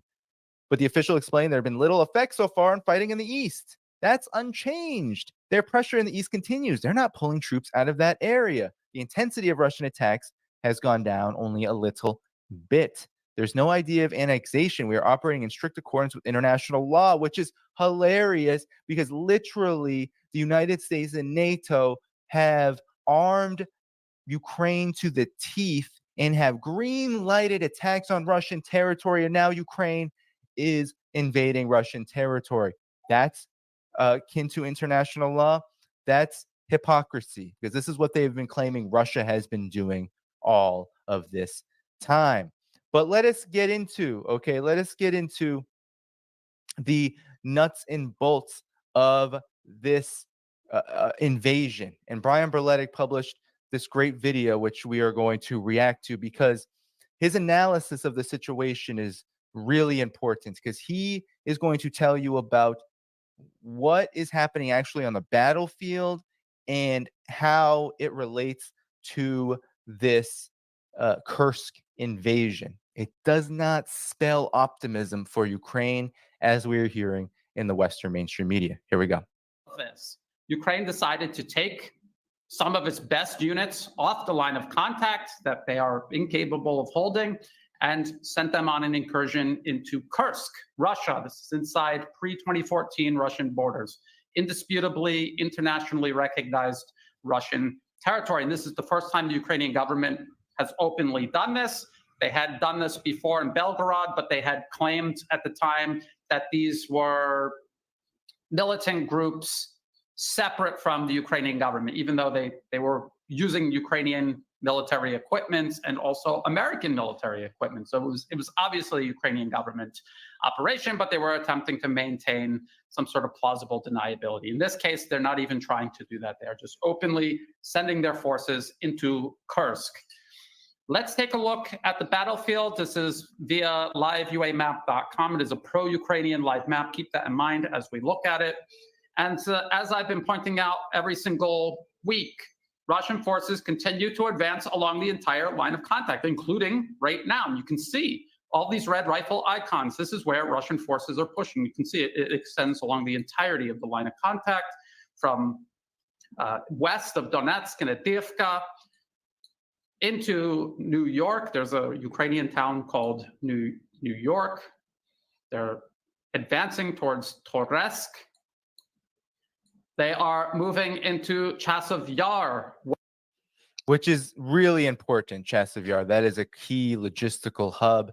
If Russia cuts off Chasiv Yar from Ukraine, it'll be very difficult to get supplies to that part of the front. And hence, and that's where you see, I mean, I'm not a military expert and Brian Berletic is reading this map, but you see just all the areas where that red is moving. I call it the battle of the bulge, right? Russia's bulges are moving. That is Russian forces moving. You don't see a lot of blue here. You don't see a lot of blue. That would signify Ukraine. You don't see it. West of Bakhmut. They are encircling Seversk. They continue advancing on Kupiansk. In Kharkov, they also have this new front that they had opened up in Kharkov. The point of opening that new front was to overextend Ukrainian forces. And the Ukrainian military itself admitted that they do not have enough troops to hold the line of contact in the Donbas region and also stop the advance of Russian forces in Kharkov. But now they've taken brigades worth of manpower and equipment and sent it into Kursk. Let's take a look at that on the map. So this was the new front that Russian forces opened up in Kharkov. This is the incursion, the Ukrainian incursion. And even though it looks like they've entered into and are holding all of this territory, what even Ukrainian sources are admitting is that they rushed along roads. There is a Ukrainian troop presence spread out in this area, but they do not hold it. They have not consolidated control over it, at least not yet. It is unlikely they will do so. How can they do so? If they do not have the ability to hold their own territory along the line of contact, how are they going to be able to hold this territory inside what is indisputably Russian territory? Now, people have said Russia overstretched Ukrainian troops by opening up the Kharkov front. Why can't it be a good idea for Ukraine to overextend Russian troops by opening up a front in Kursk? The reason it makes absolutely no sense is because Russia has extra troops to open new fronts. As they are grinding down Ukrainian forces, they are expanding their own military power. They have more troops constantly coming in, adding to the forces that are already there. Ukraine cannot even replace the troops that it is losing along the line of contact. Comments on that, it is estimated that Russia will have a 2-to-1 manpower advantage by the end of the year. Literally tens of thousands of Russians per month are joining the Russian armed forces to complete this special military operation. Ukraine has the exact opposite problem. So the fact that Ukraine is literally entering into Kursk in order and saying they're not going to occupy it. Well, what is the strategy here? What could they possibly gain? It seems like they are actually doing what they've done throughout this conflict, which is sending themselves into their own oblivion. They have no troops to spare. They are incapable of opening a new front and somehow extending Russian forces. Russia has forces they can commit to Kursk while maintaining the same troop levels elsewhere along the line of contact. Ukraine cannot do that. So it makes absolutely no sense strategically or even tactically. This, in the long run, is going to accelerate the collapse of Ukraine's fighting capacity. Now, people are asking, well, why did they do this?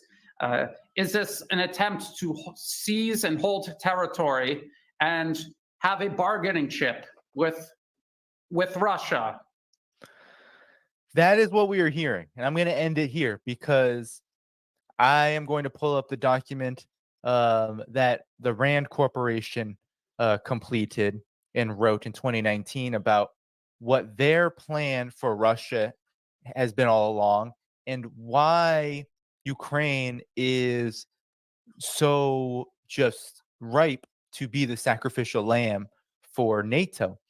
And what we are hearing in the mainstream media is, one, there was the idea that Ukraine was going to take the nuclear power plant in Kursk, and that would be a huge point of leverage for Ukraine to force Russia into negotiations in order to begin the process of de-escalating Russia, right? Demilitarizing Russia, creating a situation where Russia would have to give up something in order to get Ukraine out of its territory. Well, they're not going to reach it. It's already been over a week. It's not going to happen. They haven't even gotten close to the power plant. They tried to fire at the power plant. That was intercepted. Those missiles were struck down by air defense systems. So that is off the table. So now they've penetrated 10, 15 kilometers. We don't exactly know the exact number. They've penetrated into Kursk, and they're sitting ducks. Russia has already said that they are methodically destroying Ukraine's forces, destroying NATO equipment, NATO vehicles, armored vehicles, etc. It's going to end up being the same result as what we've seen on the front line. But this time, Ukraine has even crossed what NATO's red line was, because NATO, even though they said they could greenlight attacks into Russia, they didn't say they could invade Russia.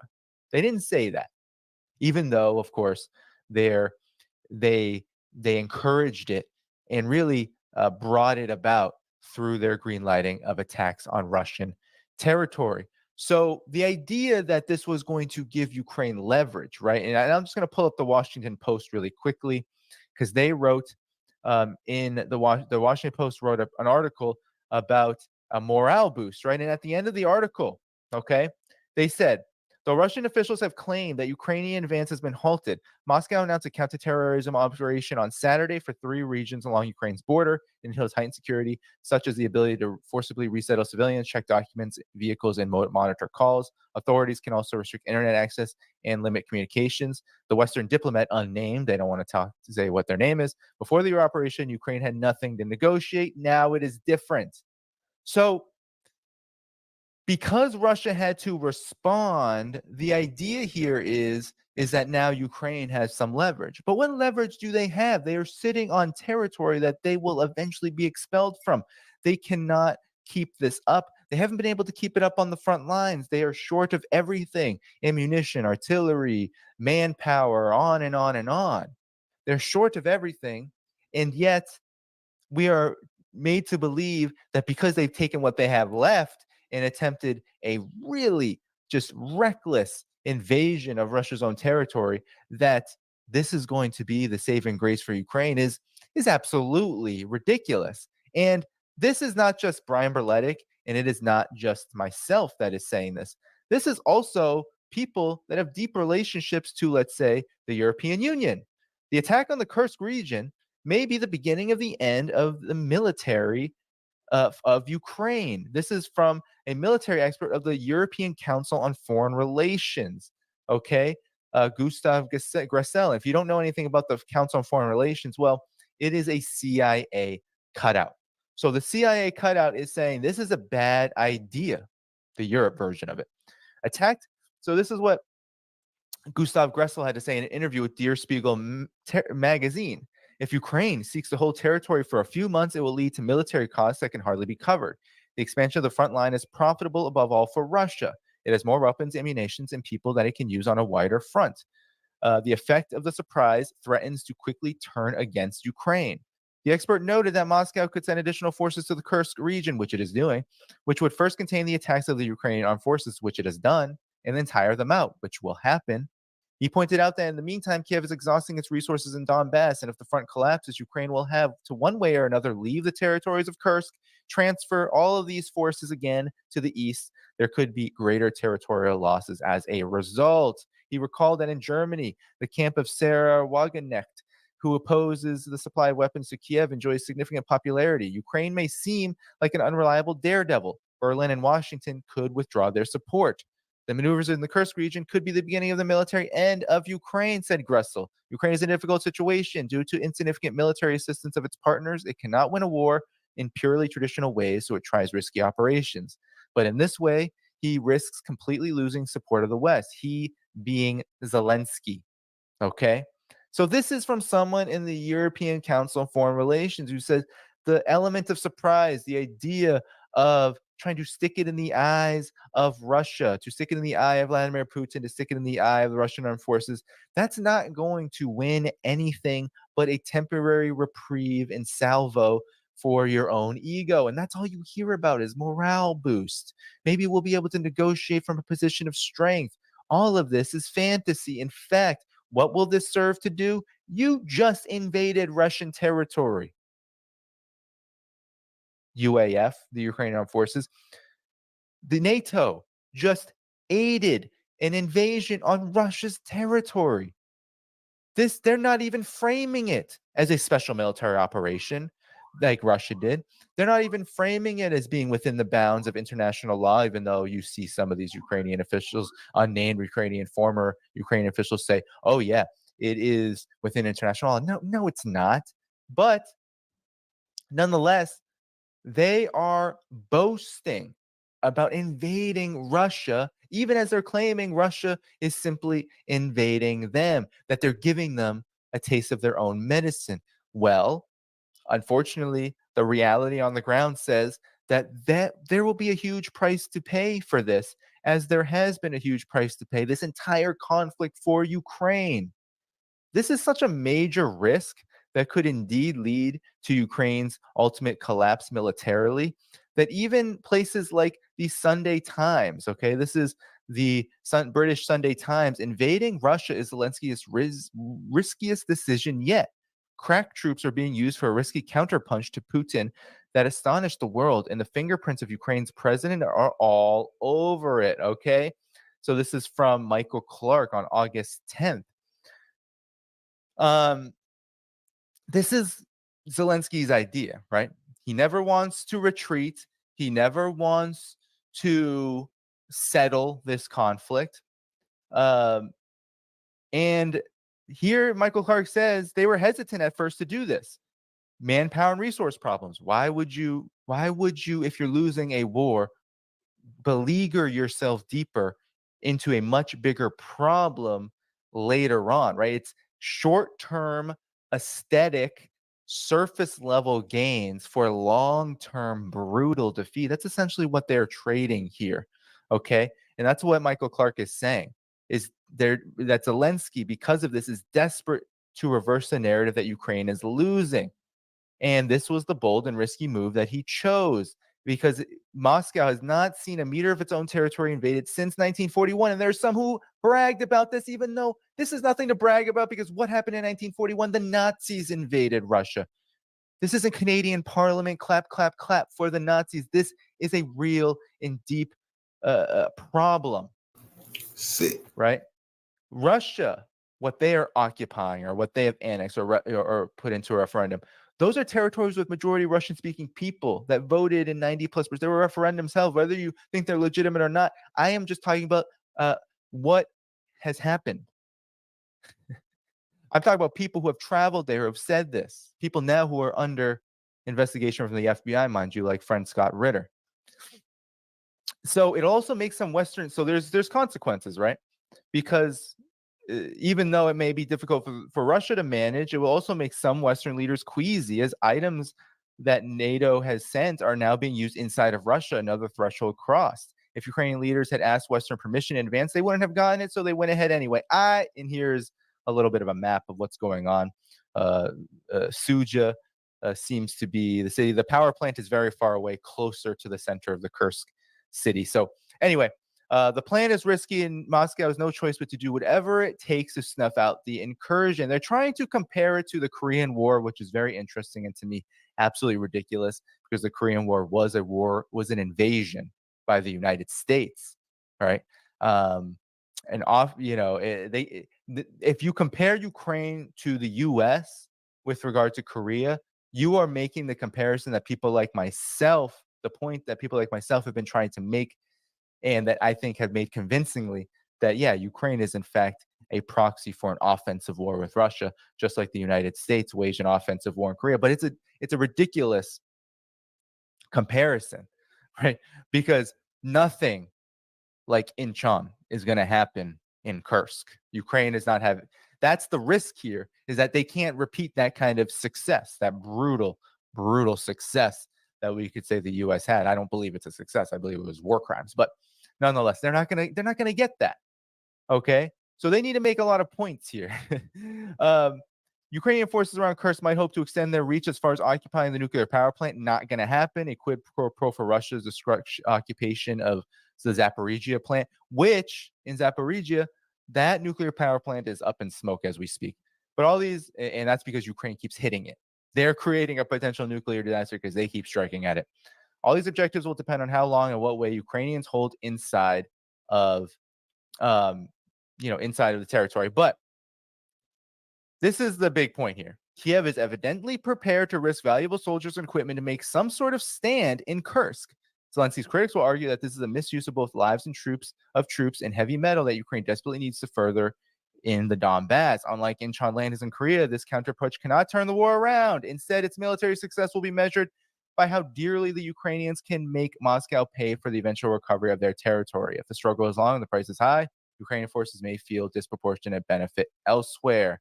Its political success will depend on how it plays on Moscow's psychology, whether it creates genuine doubt within Putin's circle that the war is really worth the ever-increasing costs. The Kremlin's initial reaction is to pass the attack off as a terrorist attack and provocation, but to them it looks like straightforward war. And this is a big insult to Zelensky and Ukraine, right? By saying that this is going to depend on outcomes that are not going to happen. What Michael Clark is saying here is that Ukraine is effed.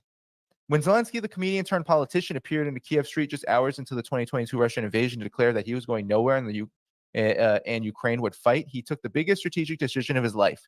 This week, he took the second biggest and probably the more risky. Why is it risky? Because this counterpunch cannot turn the war around. Its military success will be measured by how dearly they can make Moscow pay. So they're hoping on hope here that Russia will just lose a lot of troops and that it'll be embarrassing for them. But Ukraine won't be able to make any changes on that vaunted battlefield. They won't be able to make any changes geopolitically, politically, militarily, anything. There is no victory here for Ukraine other than the potential for Russia to be embarrassed and hoping that Russians will stand up and overthrow the government and all of this just fantasy. But this is all part of the strategy. Doesn't help Ukraine, right? You think, wow, this is after watching this, you're thinking, wow, this is absolutely suicidal. Why would Ukraine do this? Well, they're doing this because this is U.S. policy. Extending Russia, competing from advantageous ground. And so I'm only showing you, this is the RAND Corporation website, but I'm going to pull up the report now. This is a report that was written in 2019, and there's an editor's note, right, to read and since the invasion, but it was published April 24th, 2019, before the special military operation. And now I'm going to pull up the actual report here, the PDF of the report. Yes, you can see that. Extending Russia, competing from advantageous ground. Okay, so this was written by the RAND Corporation, which is essentially the Pentagon's research institution, its think tank. Okay, and I'm going to actually go down to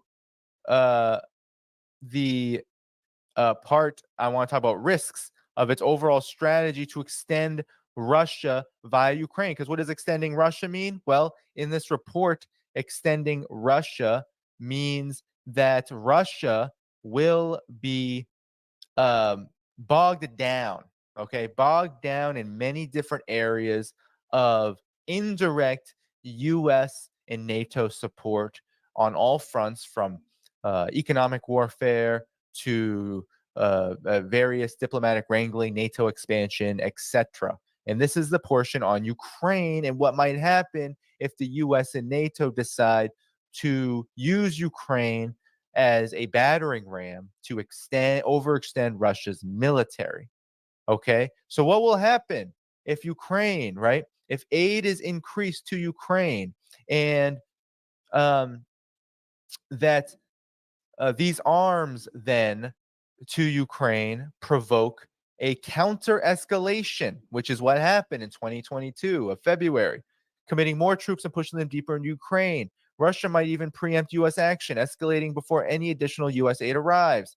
Such escalation might extend Russia. Eastern Ukraine is already a drain. Taking more of Ukraine might only increase the burden, albeit at the expense of the Ukrainian people. However, such a move might also come at a significant cost to Ukraine and to U.S. prestige and credibility. This could produce disproportionately large Ukrainian casualty, territorial losses, and refugee flows. It might even lead Ukraine into a disadvantageous peace. This is exactly what is happening. And this is what Kursk represents. It is not going to lead to an advantageous peace, to the reversal of territorial losses. Absolutely not. This is going to continue to deepen Ukraine's absolutely dire situation, where we have already seen hundreds of thousands of Ukrainian troops eliminated. Just how many billions of dollars worth of NATO weaponry eliminated? How many millions of Ukrainians displaced? This is not good. This is a catastrophe for Ukraine, and something that no one should be cheering for. But this is what the United States, this is what the RAND Corporation, this is what the U.S. Foreign Policy Blob, this is what they drew up from years ago, from before the special military operation. That's what they were hoping all along, and that's what Kursk represents, because the United States has encouraged this. So we've seen that even the European Council on Foreign Relations, even someone in that part of the U.S. and European foreign policy blob, they're saying this is the end of Ukraine if they decide to take this to its logical conclusion, which is the wasting away of Ukraine's military resources and what's left of its manpower inside of an invasion of Russian territory that won't lead to any effective gains or victory on the battlefield. Actually, what is likely to happen here is that Russia is only going to get hardened, is only going to continue its war of attrition, and is only going to continue to prepare the unthinkable, which is what nobody in the world wants, which is the preparation of nuclear warfare, of first use strikes. This is what Russia has been warning about when there's been talks about strikes on its territory. So this is the situation we are in when it comes to Kursk. And you can bet everything that Russia is not going to stand down. Russia is not going to lose this fight in Kursk, that whatever gains Ukraine has accumulated over its week-plus-long, enthusiastic, reckless invasion of Russian territory will backfire dramatically. And even mainstream political and military figures in the Western media are saying so now, and you better believe they're going to be saying so as this continues.